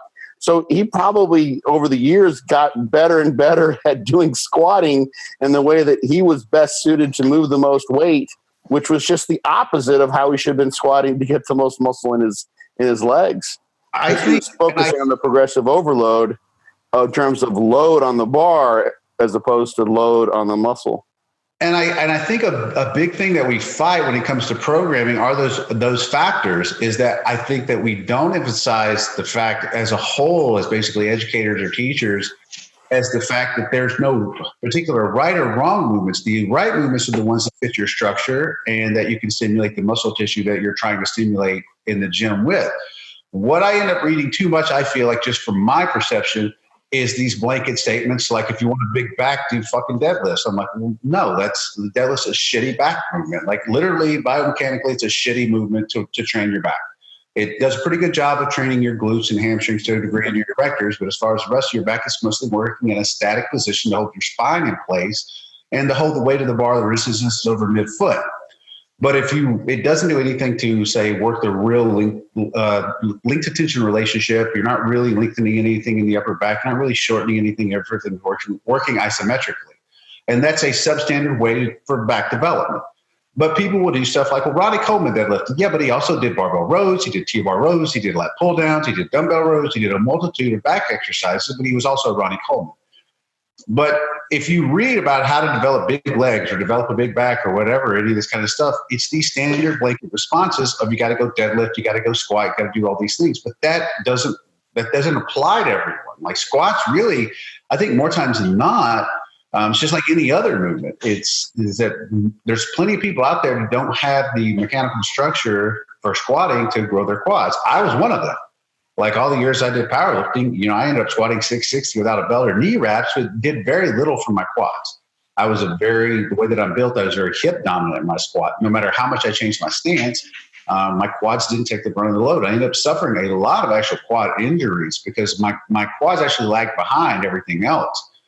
And it wasn't until I started doing more fronts and hacks and stuff like that again that stopped. So I had to strengthen my quads using other movements. So what happens a lot is you get these guys that just repeat this stuff, and then people get that ingrained in their beliefs, and they develop these emotional attachments to movements rather than logical attachments to movements. And they base their training paradigm or modalities around that I have to be married to this movement to make gains because somebody online told me to. Yeah, and not it's just sort of the other side of the coin too that can happen as well. Is like the example that I like to bring forth is people doing lots of face pulls. There's the other end of the spectrum where there's the other side of it where they're doing too much fluff shit. It's like all this like over analyzing angles and trying to find all these sort of magical ways to people have got bands and chains on the bar and they're lifting up and they're doing hip thrusting movements at 30-degree angle off horizontal. It's like it took you 95 minutes just to set that shit up. And then the sets are subpar in terms of effort. I swear, I don't know what's happened to this obsession over face pulls the last few years, but if I go into a gym, there's people in line to do face pulls. The face pulls infringe on what bicep curls used to be, right? We overemphasize the living fucking shit out of the face pull. Like, okay, it's a good movement. You need healthy shoulders, but give it a fucking rest already, okay? I mean, I hate to say this, and I don't pay that much attention. I try to go in the gym and do my own thing, but you can almost use face pulls as a way to figure out who doesn't have a good back. I'm not picking on anyone, but literally, like, and that's not true for everyone, but a lot of times it's like people are doing face pulls with the idea that that's an advanced movement. So I can just pick the advanced movement and then it'll make me advanced. It's like, that's an advanced movement for someone who knows how to activate. It's like understanding the movements, what movements you're doing and why you're doing them. So a face pull to me is like about developing shoulder health. It's not a hypertrophy fucking movement. Like these guys, it's an advanced type of thing, right? I'm like, okay, you're using a face pull, which has a really low seating for progressive overload. Like nobody's doing face pulls with 500 pounds. Nobody's doing face pulls with 500 pounds. So my point is like understand what you're using a movement for, and then apply the appropriate amount of effort into that movement. But you never met a dude that had like big ass traps and shoulders and well developed back. He's like, dude, how'd you get that? He's like, man, tons of fake pulls, dude. Like, you just did. That's never fucking happened. Not one time in this weights. I thought that was your secret, Paul. Say what? I thought that was the secret to your traps. No, dude, absolutely no, but it wasn't deadlifts either. Like even when I was deadlifting 725, man, I had no trap development, and that's like when guys are like deadlifts or big traps. I'm like, no, that's not the answer either. But it certainly isn't baseballs. Yeah. One thing we were talking about. Like what Scott we were getting at there. There's kind of that. There's a line in between there of. It's like, yeah, you have to do your big, heavy movements. You have to do them appropriately for your structure and perform them in the right way, stimulate the right muscle tissue. But there's so much of this fancy bullshit that you see where it's like, I'm going to do this metabolic stress circuit, where I'm lying on the floor, doing these crazy face pull, like 4 different face pull variations. I've literally seen this shit. I'm like, okay, dude, that does not build big shoulders, upper back, traps, whatever it is you're trying to do. So there's kind of that mid-range. We know the basics work, but we also, what I don't think it's set enough is that performing basic movements in an appropriate way for your structure with appropriate loading, with the appropriate amount of volume. And, I think doing all of those things leads to proper programming. But this whole, I got to do more volume or less volume, it all depends on how the rest of your training is structured. Yeah, I think there are people that there are guys who want to train hard. They'd be willing to just go with the basics if they knew it would work, and they can get somewhat disillusioned, and they end up doing more face pulls than they need to be doing. And then of course there are some people too. In order to get them to they need the variety and the nuances, and like personal trainers to have people do stuff on BOSU balls. A lot of times are doing that. Just people like that shit because it's new and different and weird, and it gives them some variety, and variety's the spice of life. So that's part of why they do. And if you said, I want you to come in, we're going to do just basic barbell heavy lifting, those people wouldn't be lifting anymore. So they need that. So there has to be some balance depending on the individual between how much fun, entertaining, kind of new, wacky, and wild stuff someone's doing, and how much sort of basic training to do. That's a personality thing. My perceptions about one of the biggest problems in all of this is that weird, different movements. It's okay as long as once again they fit the other recommendations, that they fit your structure, and they're being performed in a way that's actually targeting the musculature and not creating dysfunction in the joint. And I think a huge problem that we have these days is that people literally grow their social media off coming up with bullshit exercises, witchcraft, voodoo, funkery, that I don't know what the application of it is. I saw a girl the other day, somebody sent me this, and she was doing front squats with her toes elevated. You're talking about this, yeah. Yeah, and I'm like, what's I even asked her, what's the purpose of this? She's like, well, I felt them more. And she doesn't understand, she was literally robbing herself of ankle mobility, which ties in with the amount of the degree of knee flexion that you're going to have in a front squat. So she's literally putting in something that's self-limiting from a kinetic chain standpoint, because she felt it more. But just because you feel something more doesn't mean it's physiologically or mechanically appropriate. And that's another problem we have, is these people I get this super strong crampy contraction, whatever. If you get a crampy contraction, if it's crampy, if contraction should feel strong, when you get a crampy contraction more times than not, means that you're compromising joint stability in some way to create that crampy contraction. So there's a lot of big messes out there outside of just the whole volume, low volume to high volume to moderate volume equation. But I think a huge part of why we have this problem with people believing they need more volume is because they really just don't pick very good movements for their structure, and then they don't execute them very well. Yeah, I think there's something in sort of the Barnum and Bailey, a sucker's born every minute type of vein that could be hooked into by practitioners and people who are proffering their ideas on exercise. And that if you come up with something kind of new and nifty that sounds cool and entertaining. It's titillating to our brains. It gets the dopamine flowing around. It's kind of cool. It's like, yeah, I'm going to do something that I've never seen anyone do. And I like that. And that keeps people coming back for more. And unfortunately, I think you can also get people titillated and excited if they're actually learning things that are scientifically sound, empirically sound, based in what people have been doing for years and years, sort of in the trenches. Like basically that is not bullshit, where people are really being educated. And sometimes I think people are, they're missing out on the possibility of actually becoming more knowledgeable and getting exciting about gaining knowledge in a way they can build upon, because people are selling them all sorts of shit ideas that are equally exciting to them because they can't differentiate. And I hate to see people being taken advantage of like that. That's where it gets me. Yeah. 100%. It's like there's so many guys and there's so much information that they can't differentiate between what is functionally appropriate and what is functionally inappropriate a lot of times when they watch these exercise videos, right? Like they don't know that something's wrong, and they got some guy that speaks with a lot of confidence and he's showing this and he's like, well, this has got to be true, right? Like that's something that Dave Tate's come up a lot in his podcast when he talked about, if you can speak with a lot of confidence on the subject, people just automatically believe that what you're speaking is some truth. Mm-hmm. Bang on. One thing we haven't touched upon in this low volume, high volume debate is something me and Paul were talking about on Insta, and it's that a lot of this high volume stuff has come from the evidence-based natural crowd, so the natural bodybuilding world, and it tends to be natural bodybuilders that are the ones who are espousing the high volumes. What's the reason behind this? I don't know. Like when one of the things that we went over when we talked to Brad is that Brad agrees that we don't have a lot of studies that look at really well-trained individuals.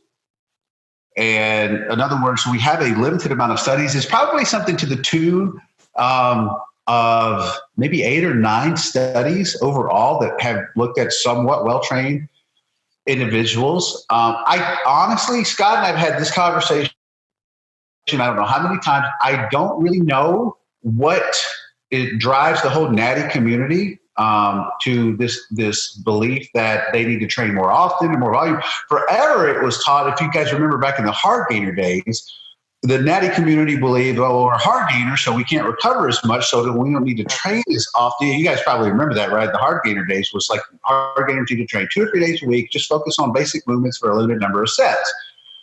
Now it's, if you're natty, you need to train, a muscle group 2 or 3 times a week, every week. You need to train more often. You need to do more work than a guy who's on, because the guy that's on has an hormonal advantage over you, and is more sensitive to training stimulus, so he grows easier. And so now the natty community believes that, well, I need to train a muscle group 2 or 3 times a week, and I need to train 6 days a week to make sure I keep muscle protein synthesis spiked all the time. And Scott and I both looked at all the data. There with all of these things, there comes to a point of diminishing returns, because even in those studies, they're all using natural guys, right? So with all of this stuff, it's like the natty community is taking these sound bites from these studies, or kind of, like I said, the abstract, and extrapolated that into training modalities that I don't know where it comes from. I really don't. I've never been able to personally answer this question, why natty guys, because when we look at the research, and Scott and I, we've had a million conversations about the research back and forth. Well, there's a inverse U curve with volume, right? And a lot of times the lower volume groups do better than more times than not, the lower volume groups and the moderate volume groups continuously beat out the high volume groups in studies, whether you're looking at it from an observational standpoint, or in the studies where they're kind of looking at something more practical. So my personal opinion is I don't kind of know where this obsession from the natty community is with, I've got to do more volume and I've got to train more often and that kind of stuff. I guess I do. Like I said, it comes back to their belief that spiking muscle protein synthesis more often, and they need more work for whatever reason. But I mean, I'll let Scott expound on maybe his theory as to why the natty community believes that they need to do so much more work. So I think in general, you'll find amongst natural bodybuilders that they have to do, and this is huge kudos to them. they have to pay more attention to some of the finer details in order to eke out the amount of muscle mass that they're going to have. So, you know, a natty guy might get 20 or 30 pounds of muscle from his starting point to where he's sort of maximally developed, whereas you can have, you know, guys who are enhanced that get 100 pounds. So the gains come less easily for someone who's natural. So they need to be a little more, and they tend to be a little more scientifically focused, I think, because of that. It's sort of, part of it's just because they can't do what a guy who's geared up can do and load up and make gains, and while making quote unquote mistakes at the same time that cover those things up. So that's some of it. We do have stuff like the Schoenfeld-Krieger meta-analysis looking at the dose response, and they weren't able to a volume and muscle growth, and they weren't able to really ascertain beyond because the limited studies at that time, beyond what 10 or 15 sets or so would give you. So there wasn't enough data showing that. And we do have the stuff like Brad's recent study as well. If you look deep into the literature, like the Barbalo studies that Paul has, I think, written about on T Nation. They've got one with men and one with women now showing an inverse U relationship. You do find that if you're trying to do really training hard to failure, 20 sets a week, and in those studies, they were all lumping all those sets into a singular workout. So they were actually doing the bro split in that particular case, not a high frequency regime. You do find the inverse U. So the data are confusing. And people are people, whether they're natural, they're enhanced. People tend to want to stick with one particular thing. I think the reason why, part of the reasons, and I've actually seen this expressed in reviews, and I've heard others, actually I've heard PhDs on podcasts talk about this, is that in terms of, from a research standpoint and coming up with the most concrete, quantifiable training variable that you can create, you basically have load, what's on the bar, and then you can also create your measure of volume, and people count the sets in all sorts of bizarre ways, but it gives you a number, a distinct number. Did you do 8 sets or 15 sets or 20 sets? So because of that makes it easier to want to focus on that as a variable that would be a deciding variable, because it's so very easy to quantify. We talk about the reps and reserve thing, the relative effort. Well, that's just a crapshoot. That's all over the place. How do we, that's really a tough, because it's going to change over the course of the study. There's some interesting data where they talk about the extent to which motivation by the investigators can manipulate effort in the lab. You can imagine you're going to go in and you've got like a Wingate test on a cycle ergometer. You're going to do 30 seconds all out, and those are just brutal. Those are just diabolical. It's like an all-out set of squats.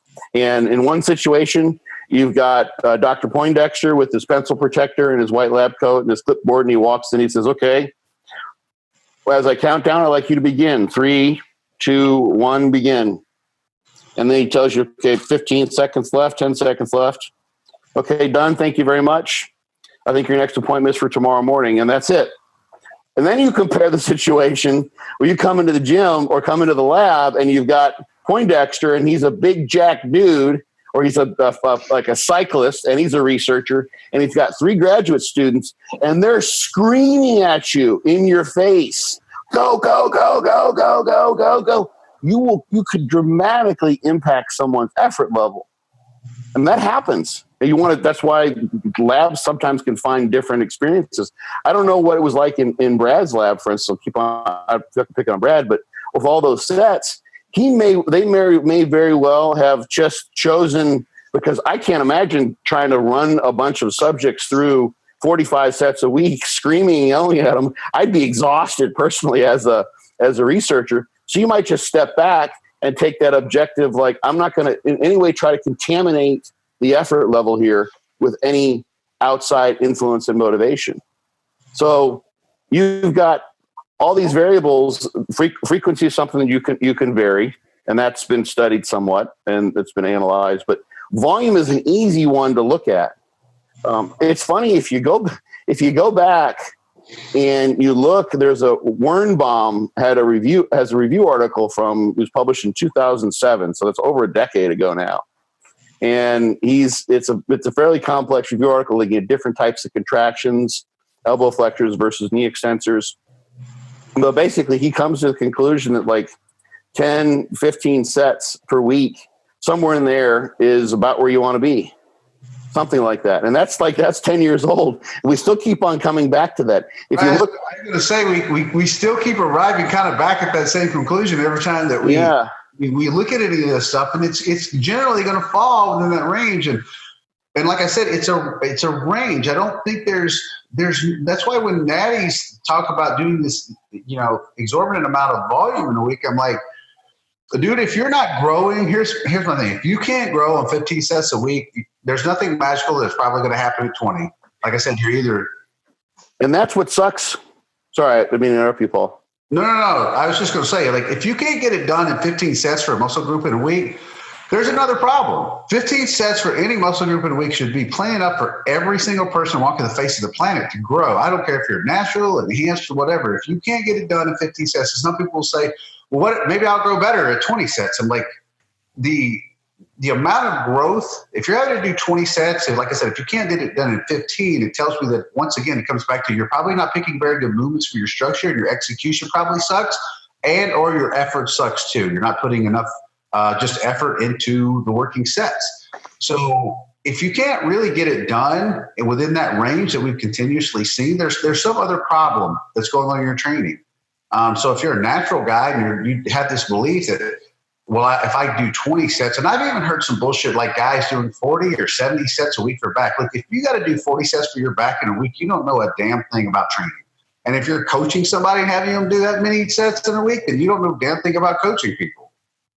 I've heard up to 70, before. I've heard 70, I know who it is. Yeah, I know. So I think like, but bodybuilders are still bodybuilders, whether they're natural or enhanced. And it's a hard pill to swallow that there's, like, after you've been training for 4 or 5 years, there's no real major growth that's going to be had. Like, you're like, there's got to be something. What, can't I just do more sets? Like, there's lots of research looking at this dose response thing. So it's become, in terms of volume, it's become in the last few years a very important issue. And there are certain people that are really pushing that idea too, who do have academic credentials. So that tends to enamor people with the idea. But you want something. I read, just as something I just sort of laughed at. I was on a discussion board, which is probably the biggest board for talking about gear. Like, I would say most of the discussions are about gear and drugs and those sorts of things. Probably half, at least probably more than half. And one person said, like, his basic assessment, this is someone who's been on that board for like 8 years, he's been training for a while, is that training doesn't matter. It makes no difference how you train.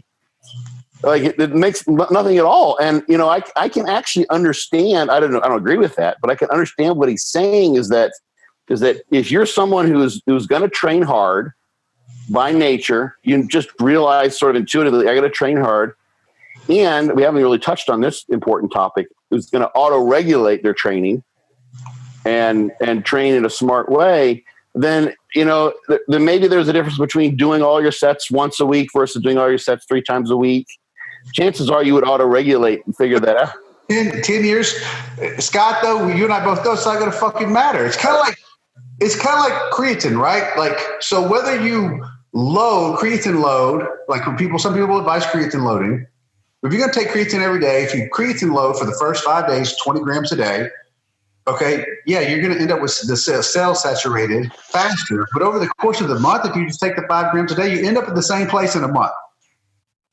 Yeah, there'll be, in large part, you're going to get, I would say, there's actually a set of studies where they compare.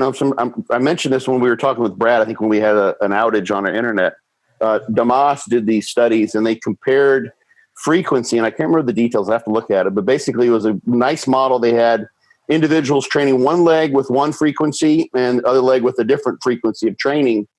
And they looked at the variability in terms of muscle growth across individuals and of course, comparing the different frequencies of training. And there was a 40-fold greater variability across individuals than there was when you compared individuals, left leg versus right leg, the different training. So basically what that means is that whether the person trains their leg, one leg, or they train once a week or 3 times a week or whatever they did in that study, I can't remember the details. It's the person that matters most in terms of the eventual gains. In this case, if you're looking at variability, it was a 40-fold greater variability across individuals. Some people grow, some people don't. But if you're a grower, you're going to grow whether you train once or 3 times a week. If you're a non-responder, you're probably going to be a non-responder. You can inch things around a little bit, but the large majority of the variability in growth is a function of your genetics, how hard you train as a person, all the individual characteristics that you put into your training, regardless of the program design. Yeah, and what I was, and that's exactly right. What I was getting at is if you have 2 people, all things being equal, let's just say they were clones of one another, and they trained for 10 years consistently, and one guy's hitting a muscle group twice a week, and the other guy's hitting a muscle group once time a week, but they're both training 4 times a week. At the end of 10 years, their development is going to be pretty much exactly the same. Like over the course of 10 years, it just all evens out. I don't think that one guy's going to be like, well, one guy's 210. Like shredded, and the other guy's 250 shredded. Like there's not 40 pounds of muscle that's going to happen over the course. You reach that ceiling, that genetic ceiling that everybody's going to hit. And at that point, just getting anything out becomes incredibly hard. But over the course of the first 5, 7, 10 years, if you're training 4 times a week and doing a bro split and hitting a muscle group once a week, I don't think maybe if you were training a muscle group twice a week, you get there a little faster, but over the course of the 5, 7, 10 years, you pretty much just end up where you're going to end up if you're training hard and intelligent. Mm-hmm. Scott, what's this about non-responders? How many, according to genetics or? Oh, it depends on whether you'll find this in terms of increase in aerobic capacity, VO2 max. You'll find this in terms of, I see the word no responders and non-responders. So a non-responder, is that basically just you train them and they don't respond in terms of adapting to anything. Wow. That's rare. I don't know that it's actually truly, if you use that definition of non-responder, but you get no responder. So a no responder might be someone who literally has no increase in muscle growth over the course of a 8 or 12 week training program. There's no measurable increase in muscle fiber size or whole muscle size or muscle thickness. And they might get an improvement in insulin sensitivity or blood glucose levels, and so they might get a 20% increase in strength, something like that.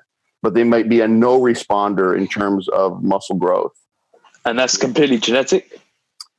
That's a good question. Yeah, there seems to be something about that. Yeah. I have a whole talk that I kind of go into as to why that is. I think some of it may be, you can imagine if you started training, you trained for a month, like let's put this into it's sort of an ecologically sound type of phenomenon. Like someone literally is training and they're with their training partners and their training partners are making good strength gains. And then you can see changes in their body and that person's making no gains at all. A lot of people would just give up. They just stop, or they would just they would be so defeated that they would stop doing things. So there could be a psychological component when you're out in the real world. What I'm talking about, or what I was mentioning before, was literally when people are in lab settings where they're being guided through their training programs. They're being pushed and told, like, keep going, and they just don't make any progress. And you can see that there's a normal curve, and you can see it in terms of muscle myofibrillar protein synthesis. You can see it in terms of strength gains. See it in terms of muscle size. Pretty much everything, every adaptation that you see, you'll see variations in that. And one of the ones that I'm really kind of like looking into now and trying to prod into is there's variations in there's several single nucleotide polymorphisms, so specific genes where different variants of those genes, SNPs or SNPs, are predictive of the extent of muscle damage that someone will incur. So like the actin-3 gene has been shown to have an impact on performance and like strength and power output. And that codes for a costameric gene that's involved with muscle structure. So when someone trains, and if they have the gene, this is just sort of, I'm speaking generically here in this case, but they have a gene such that they are more prone to that initial insult of structural damage from the high tensions, particularly eccentric contractions. They'll get more damage from the actual bout, and then that's followed up with more inflammation. And having too much damage and inflammation basically it means you have limited recovery abilities. So someone like that, for instance, might not be someone who's going to do very well with a high frequency regime. So there's variations, and I've seen this in the muscle soreness is all over the place, because I back in my graduate school days, I tested a lot of people. We did a lot of muscle soreness studies, a lot of damage studies, and I'll just tell one of the stories. I've got several. There are two guys that were in the same group. We're doing eccentric only leg presses, I think just for one leg. Actually, we're doing, but we had a very complex design, but we're doing one leg with some people, and we brought them back to the other leg. These two guys they were about the same age within 5 years. They had the same activity level. They actually ran the same 3-mile jogging loop around campus on the same number of times per week. Literally they'd seen each other, and they ended up in the same group. Their strength levels were the same. So we were running people in groups so we could just use the same loads on the leg press and run through a lot of subjects. And one guy comes in 2 days later when the soreness would have peaked for his measurements, and we run him through everything. And he's like, "Hey, it's a beautiful day. I want to go for a jog. Is that okay?" I was like, "No, we want you to lay off the activity. We want to have that, contaminating what's going on with your soreness. So if you could just wait until after Friday, and then we'll measure you then." The next guy is late because his wife has to take off work to drive him in, because he can't drive his car because he can't bend his knee as his quad is so fucked up. And he looked identical on paper to the other guy. They were in the same group. They did the same thing. Everything was the same about them. And we felt horrible for the guy. He was just annihilated. He went to sit down. He couldn't even bend. I can't imagine how he was getting out of the toilet. He was just kamikazing his way out of the toilet, I'm sure, just falling, because that's what he did in the lab. So there's tremendous variability just in that particular aspect. And that will equate. So imagine someone who's just sore all the time. They're never going to be recovered. They're not going to make good gains. So that's one thing I'm digging into, because I think I've trained too much and too hard because I like to train, and I've been sore for 39 years now, basically all the time, pretty much. I'm sore from legs today. I saw what you did, man. Don't buy that. I'm not sore somewhere. Yeah. So yeah, there are non-responders, and they're hyper responders, and it has to do with satellite cell density and satellite cell proliferation, probably, and the growth factors and the other things that are involved with turning on those satellite cells to do their job in terms of increasing myonuclei and muscles. There's a whole bunch of factors. Basically, probably sort of every distinct step along the path, increasing muscle size and muscle growth, is one where I'm sure there's some genetic influence. And if honestly, if I were to give somebody, since we were talking about the variances and individualities, and somebody's watching this, and they were to say because everybody ends up with so much paralysis by analysis, Akash, and you probably know that from being online. People are so confused, and one of the things that I think Scott and I would agree on wholly, which was most stuff, but even Brad was right there with us on this one, and that's start with the minimum amount. Right? Get a body part once a week, use the minimum amount of sets, and then use how your performance is happening in relation to that. Because, one thing Scott said to me a long time ago, this seems so obvious, is he had a guy who had either asked him a question or was working with, and he talked about he was going to switch training routines. And one of the first questions that Scott asked him was, he said, well, how much stronger are you now than you were 6 months ago? And the guy's like, well, I don't think any. In fact, I might be weaker. And Scott's like, so why would you expect any muscle growth when you can't move any more loading for any more reps now than you were 6 months ago, or you're potentially weaker? And one of the things I try to get guys to just kind of pull back and focus on is just do the minimum amount and see if you have performance increases in terms of, of the sets that you're using. If you're using 300 pounds for 10 reps this week, and over the course of the month, you're using 315 for 10 or 320 for 10, well, there's progression there. So there's going to be an adaptation that happens to the fact that you've moved those greater loadings. Now, muscle growth doesn't happen as fast as strength progression does, but eventually that will come to fruition at some point.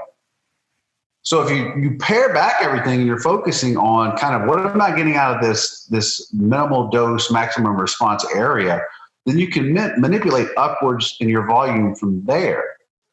But if you start off and you're just like, I'm going to do 50, that's what a lot of these guys that undergo these high volume training programs, like, well, I'm going to do 15 or 18 or 20 sets. How do you know what's the right range for you if you didn't kind of start with a minimal amount and see what your performance improvements were at that minimal amount? So you add in one set.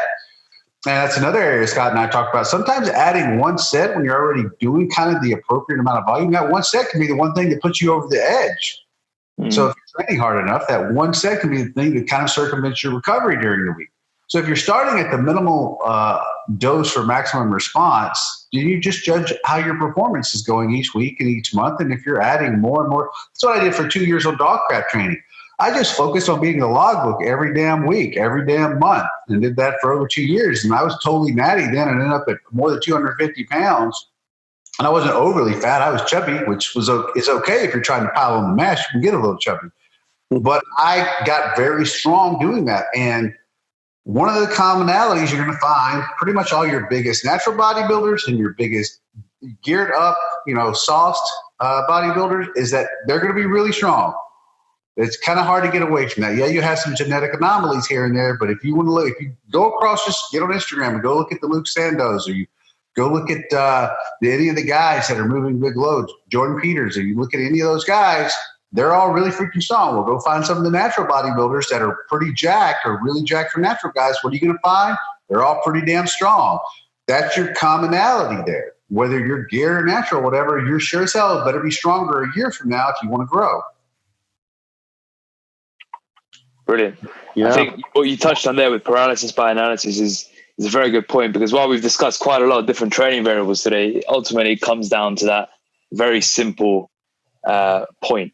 And I thought a good way to finish off would be just, if you had to give 1 point for the average person who wants to improve their physique with nutrition, health, healthy lifestyle and training, what would it be for each one? I think you've already said you're one for training, but if you've got anything different, then go ahead. You mean for like nutrition? Yeah, we'll start with training. Start with training for Scott. Because you've said yours is just get stronger. That one I agree with wholeheartedly. But trust your own intuition to auto-regulate as you feel you need to. If someone says, if you read somewhere, you got to do at least 30 sets, so that you can get, and 30 sets just doesn't work for you, then don't trust yourself. Don't be a buffoon. Literally apply your own common sense. You're the master of your own fate. Be your own bodybuilding coach, as we talked about in the last time we talked. Yeah. You've got people, so they sublimate their own common sense and their intuition and their ability to think through things in so extraordinary ways. And your body will tell you a lot more than most of the people you interact with on social media, I would say. So I would listen to yourself above all else. Yeah, and that means don't listen to us either.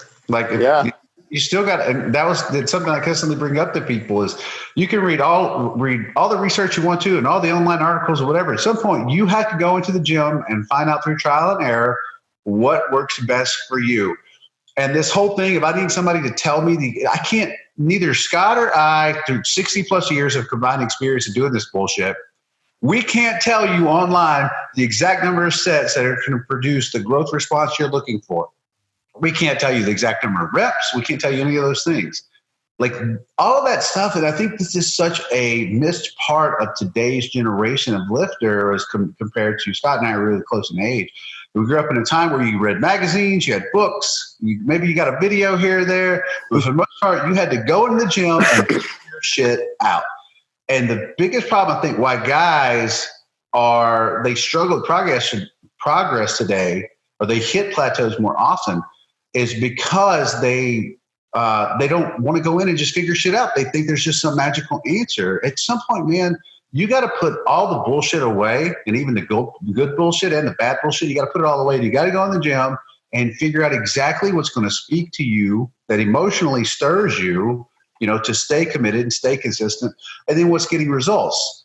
And yeah, there's principles out there that kind of stood the test of time. We know progressive overload, stands the test of time. We know that working on the big basics, getting good at those are going to help grow you. So there's some really basic principles that have stood the test of time, and are almost kind of infallible as far as, growing and getting better. But there's so many things that people are going to have to go in, and the minutiae, those little nuances, you're going to have to go in and figure those things out through trial and error and figure out what works best for you. And the crazy thing is, that's not permanent either, because what you're doing today and what's going to work right now, when you reach the point where your body has fully adapted to those particular principles, you're going to have to create another new novel stimulus if you want to continue progressing and growing. So, but that's supposed to be what I thought was one of the cool parts of the whole training journey, was going in and tinkering with these things and figuring it out and saying, hey, I've got this new training, this thing I've implemented in my training that's kind of new, and that's kind of helped me progress past this plateau I was at. And not to mention, and this was remember that maintaining or plateauing is actually a part of progressing too. You can't constantly be on this ascending upswing in terms of progression. You can't be in a constant state of fat loss, and you can't be in a constant state of getting stronger or growing. Like, there's periods of time where your body's like, no, I'm gonna try to maintain this step point here for a while, and then I'll be ready to I'll be ready to get rid of more fat later, as long as you're consistent, or I'll be ready to grow a little bit later, as long as you're consistent. But hitting areas of where your body is in a plateau, as long as you're being consistent with what you're doing, that's a normal part of what I consider progressing as well. Very true. I want to read something. I found an article that I wrote this like years ago for Elite FTS. And here's the quote. Listen, this is pretty funny. Minerals such as iron, Fe, zinc, Zn, and trace amounts of boron B begin accumulating during embryonic development in the tissues that later differentiate into skeletal muscle. These metals form the basis of the contractile machinery that imbues muscle cells with this force-producing ability. There's a citation.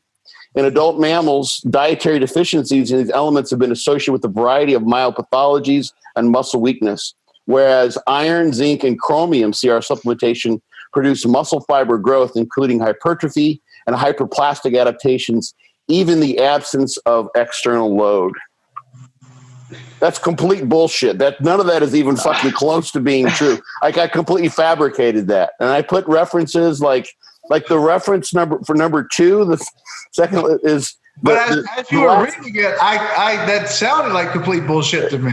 Well, to you, but not to most people. Like, that sounds, wow, that's pretty.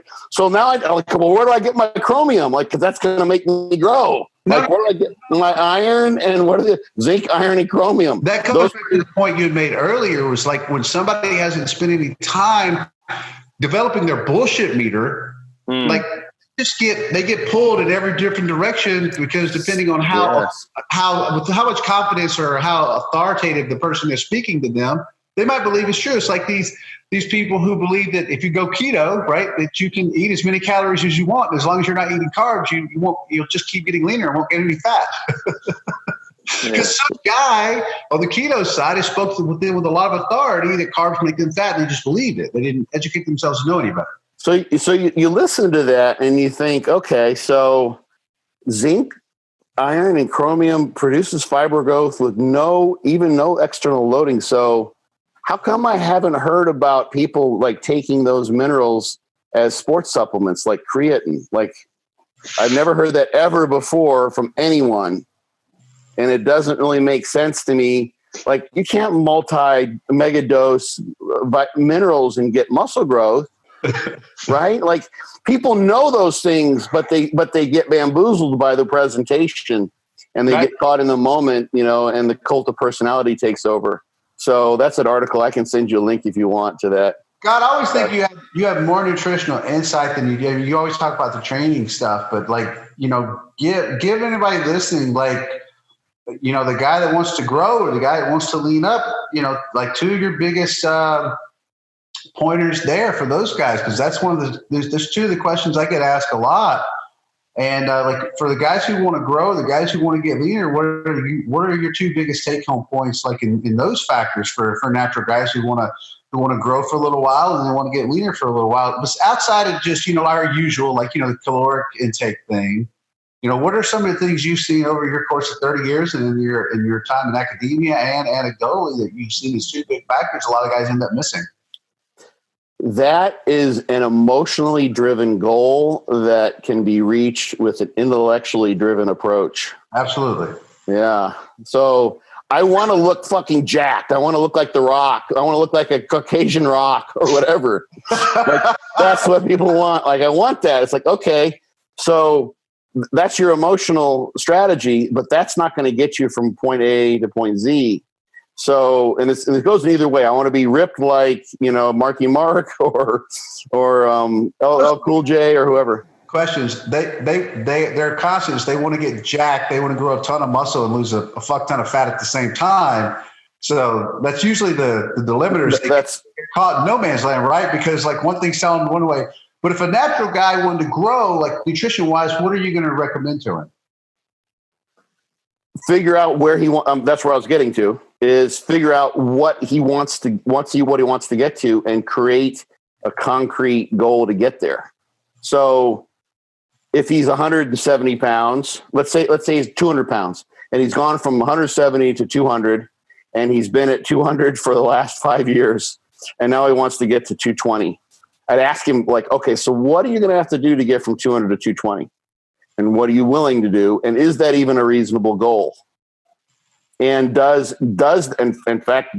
gaining that weight, is that going to get you what you want emotionally, appearance wise? Maybe you're just fat at 200 and you would look better at 190 with 10 pounds less body fat.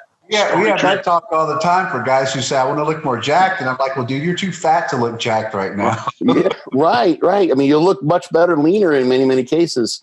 So literally, I think it's taking that, literally that emotional. I mean, I was talking to someone just yesterday. I said, this is a hobby of narcissism. I think is what I call bodybuilding, and figuring out what it is that you ultimately are looking for. And then break that down literally in terms of what that means and what you have to do. And in terms of body composition, I'm big on people, you can go get a DEXA. I put some DEXA stuff up on my Instagram not too long ago. And you can use skin fold measurements taken at places where you hold body fat to get a sort of a predictive value of when I'm at 8% on my DEXA, my skin folds are here. When I'm 18% on DEXA, my skin folds are here. I have to get my skin folds down if I'm going to get close to 10% or 8% again, and just basically track that in some very quantified way.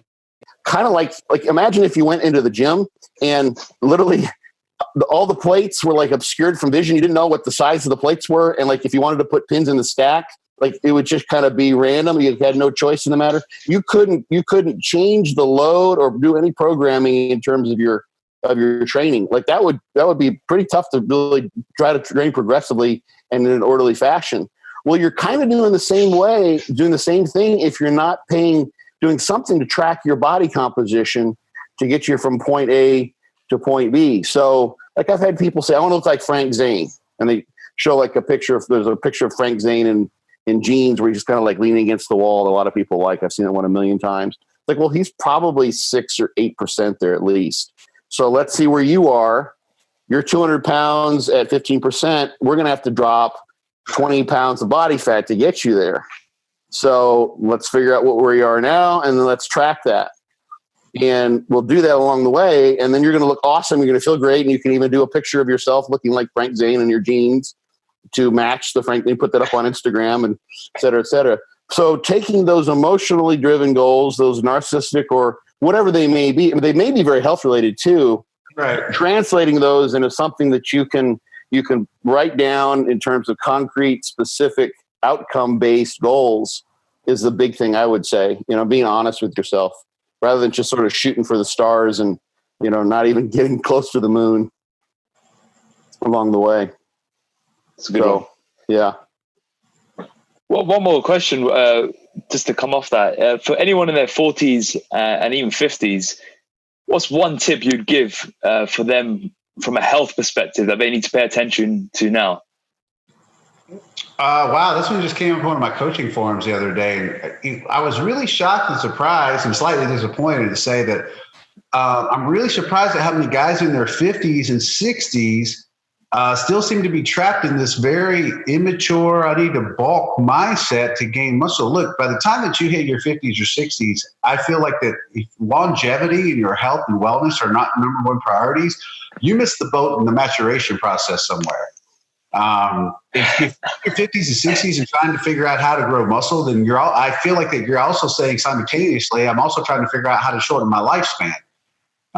Because you're fighting anabolic resistance there. You're not going to be as hormonally sensitive to training. I don't know what to do with guys who are in their 40s, 50s, and 60s, that don't understand that, I'm not saying that you can't be training hard and kind of taking what the weights are giving you, but you should be working your nutrition properly to generate an incredibly, the foundation of who you are at that point really is your health.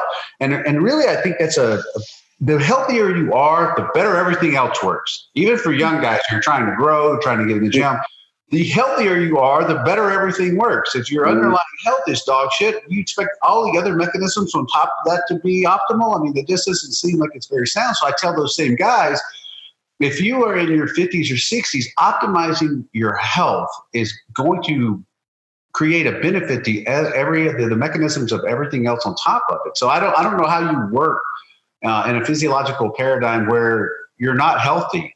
So, one of the biggest things that we deal with these days is chronic inflammation. It's pretty much tied into every major disease that there is known to man at this point. And so if you don't have if you're not taking care of your diet, as far as food selection, I know calories in, calories out matter, but especially when it comes to long-term health, the composition of your food is vitally important. Something that we went on in one of the podcasts was micronutrient intake of the deficiency we deal with. Scott just dealt with found out he was the vitamin D deficient lately, and it affected his fatigue levels, his energy, all those kind of things. So for guys who are in their 40s or 50s or 60s, if you're not prioritizing your health, especially, you can get away with some more shit when you're in your late teens and early 20s and that kind of stuff where you're smashing Big Macs and, doing power shoveling with pizzas and ice cream and stuff like that. And you're just growing. Yeah, you can get away with more of that shit. But I really feel like in your 40s, 50s, 60s, the whole, how do I still bulk and cut in these cycles? I'm like, dude, why are you talking about bulking and cutting? You're not in fucking high school anymore. You're a 55 or 60-year-old man. Prioritizing your health, the most important thing is, like I said, is that if you're healthy, if you have a high degree of health and your inflammation markers are low, and you have good nutrient partitioning, because you're doing cardio and your body fat's low enough to create that environment. Everything else is going to work so much better on top of that. Now, whether or not you can or can't grow, sure, there's going to be guys that maybe they can still eke out a little bit of muscle in their 50s or 60s or whatever, but it's going to be relatively small, especially if they have any significant amount of training experience. So my thing is prioritizing, honestly, guys, even guys in their 30s, I think Scott would agree with this with a lot of stuff we've seen out of bodybuilding. If you're really making it a point, we're seeing some guys that are doing a better job of this. In the off seasons of bodybuilding, the IFBB pro competitors, a lot of guys come off now, though, or they'll come down to really low doses and they prioritize their health a little bit better. And oftentimes that leads into them going into a show or an off season where they're eating and they actually, they do up the gear use. They have better responses. But guys are I think it's starting to catch on in some areas that you kind of have to take care of your health first. And the healthier you are, the better the other physiological mechanisms that create muscle growth or lower body fat percentage, those things become exponentially better too. So just really prioritizing your health and you're getting your diet right, eliminating pro-inflammatory factors and increasing the anti-inflammatory factors is a big one. So Scott, if you had to give one habit to build off that, what would it be for these guys? Well, I had one in mind, like a little more concrete. I don't know if we call it a habit, but It's along the same lines as what Paul's saying is in the gym, don't be afraid to be creative and recognize that you're not 20 or 30 anymore. You don't have to squat big, heavy loads. It's okay to change your training regimen. It's okay to use different exercises. If your knees are killing you from a particular exercise that worked when you're 25, it's okay to find a workaround. You can figure that out. I have to do it. Sometimes I'll have to go through 4 or 5 exercises in the gym before I find one that feels right for the day.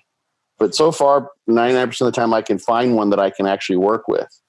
And then, and I'm proactive with, this is just musculoskeletal based. So basically I guess my habit would be proactive with your musculoskeletal health, stay ahead of that because it's not just going to heal up. If it hurts now, it's probably going to keep on hurting, and be creative in the gym, which is a way of being proactive and preventative to keep from getting injured and keep from getting chronic overuse injuries. Because weight training, as I always say, it's an abnormal act. It's a bizarre thing to do, and it creates stresses on our musculoskeletal system, which, are really like probably beyond what nature has engineered into us through the course of evolution.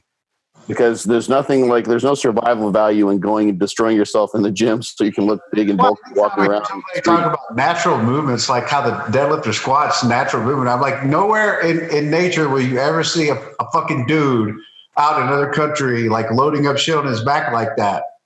Yeah, there's what is the natural source of barbells? Like what is there some volcano that spits out iron ore that cools off and lands as barbells, and you can just pull them out of the ground? Happening in the world, and what society they've been happening in. When people think these are like normal functional movements, I'm like, no, they're really not. Like there's a way to do them that are safer than the others, but I've never seen a society where this is replicated. What's funny? It just made me think like you could go and like pick barbells, like you could go and find bamboo, but the bamboo bar, like that's hard as shit. That's the kind of shit that, we can that's the kind of bizarre thing that we might have to struggle with. Barbell is just a weird friggin' thing. It's just, that's what the Industrial Revolution basically made it such that we could create as a long stick of metal that you could add pieces of metal onto. That's why it's a barbell. It's not ergonomic in any real way. It's just what we had available given the technology where we could make lifting implements. So anyway, yes, that's another podcast. But yeah, so be proactive and recognize what we're doing in terms of the gym and the weight training is sort of it's an abnormal stress. You're going to have to take abnormal precautions in order to stay healthy and keep doing it. At least that's my thought. So I think if you combine those two, I'm saying make sure you take care of your health with your diet. And Scott's saying don't have emotional attachments or married movements that cause you a lot of pain. Make sure you're okay with working around those. Those are 2 things we probably both learned from a tremendous amount of experience and failing. Mm-hmm. And pain. Yeah. It's great advice for everyone here to listen to, especially if they're in their 30s, 40s, 50s, and even 60s. So thank you. You guys got seminars coming up. Anything you want to talk about to promote it or get the word out there for it coming up, especially the ones in England that might be useful for our audiences? Those wouldn't be until next year. Oh, is it next year? Okay. Yeah. The Swoley Trinity Tour. Yeah. .com is where we'll have those listed. So we've got one in Denver, Colorado. That's August 11th and 12th, or the 10th and 11th? 10th and 11th. It's the weekend of the 11th, Saturday and Sunday, whichever those dates are. And then there's another one Paul can tell us about, which if people want to take an exotic vacation. Yeah, we have one in the Dominican Republic that's going on in Santo Domingo. That's going to be in late September. I can't remember the dates on that one. Can you say it how Juan Carlos would say it for us? It's Juan Carlos. And Scott, you remember the name of the place. It used to be Workout Gym, but he actually moved it, so I can't remember the name of the place. What was it called? Do you remember? Oh, I just pulled it up on a map. But I was hoping you could introduce the seminar as Juan Carlos would, like in the Juan Carlos voice. You mean the Juan Carlos voice? Yeah, because you just like it's awesome. I just like it. Like Juan Carlos is.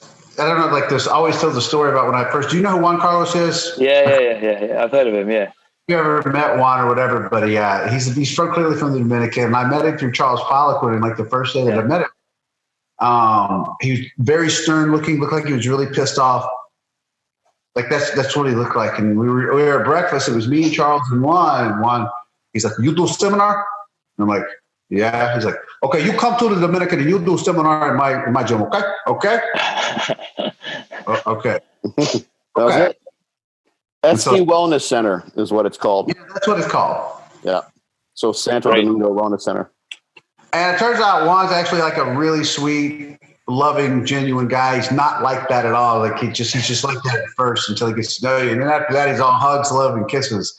An amazing dude. So he always puts on a great presentation anytime I've gone down there as far as the venue and taking great care of me. So I know that the Scott and Alan, who are going with Alan Aragon, is going to be he's the other guy that we're doing this with. We'll go down there to the Dominican, and we plan on giving it our all and giving it our best for these places. So anybody that wants to show up there, like I said, Scott and I are going to go over in far more in depth about a lot of these principles and concepts, but we'll also have some time on the gym floor at these places where we can go over a lot of the biomechanical stuff that we talked about and helping people understand how to implement some of these intensity techniques and stuff like that. So it's going to be a good time. That's the last weekend into September, I think. Yeah, it's the last one because I remember you and I both will probably be at the Olympia this year. So I remember we had to plan around that. So it'll be like, I think it's the last weekend in September. Yeah. Okay. But if it's on the website, people can look at it, right? Yeah, we'll have that. I don't think we have that one up yet because they're just doing local advertising, but the Colorado one for sure. And that URL will be the one we'll use for everything. That's the go-to spot. Awesome. Is there any books you'd like to mention? I know, Scott, you've got your Be Your Own Bodybuilding coach, which we put out. Paul, you've got anything out recently that's new? No, I'm actually working on finishing up a carb cycling manual for guys who want to do kind of some extreme fat loss phase dieting. I've been running some groups with that. I've been having a lot of success with that. The results have been tremendous, and I'm probably going to end up. I'll finish up a hypertrophy training, pure hypertrophy training. But all the years I was competing in powerlifting, I was always focused on developing maximal strength. And I've never really gotten completely into actually publishing just like a manual or book that's just focused on developing muscle growth. Kind of using a lot of the principles Scott and I talked about with more volumes and higher effort. Then kind of taking periodizing those factors too, which is something we didn't even get into here. Scott does a similar thing with his fortitude training stuff. Yeah, blocks and crews. Yeah, years, and you can do periodize. Those are things we're all aware of. So just probably the diet manual, the carb cycling diet manual, and then later in the year be some stuff with the training programs. And where's the best place to find these? I don't know yet because I also I'm actually I'm gonna start a new blog. I actually wrote a blog post today, the first one in maybe a year or so. But I may start a WordPress blog because WordPress is so much better to write off of. So I may end up moving everything. I don't even have a real website, man. So it's you mentioned that last time. Yeah, I'm solo rent and it's low key when it comes to that kind of stuff. I just have a place that I put all my. Scott was actually the one that told me to send me over to Sindal to store my books on to sell them. So I go very low drag, low technology for a guy who's a computer engineer for 15 years. I'm really low drag with that stuff. Is Lift Run Bang the best website to find you? Lift-run-bang.com is still the blog. That's pretty much where I still have my stuff. Okay. Great. And Scott? FortitudeTraining.net. They're all roads lead to the same place. You can go there and you'll find everything. I've got tons of URLs, but that just gets you everything. Perfect. We'll put the main links in the show notes as well as your Instagram handles as well, because I know you're both active on there. For more information, please visit www.rntfitness.com. And if you enjoyed today's episode with Scott and Paul, and other people that would need to know the truth around training, hit up Paul and Scott and let them know what you found most valuable. Thanks for listening.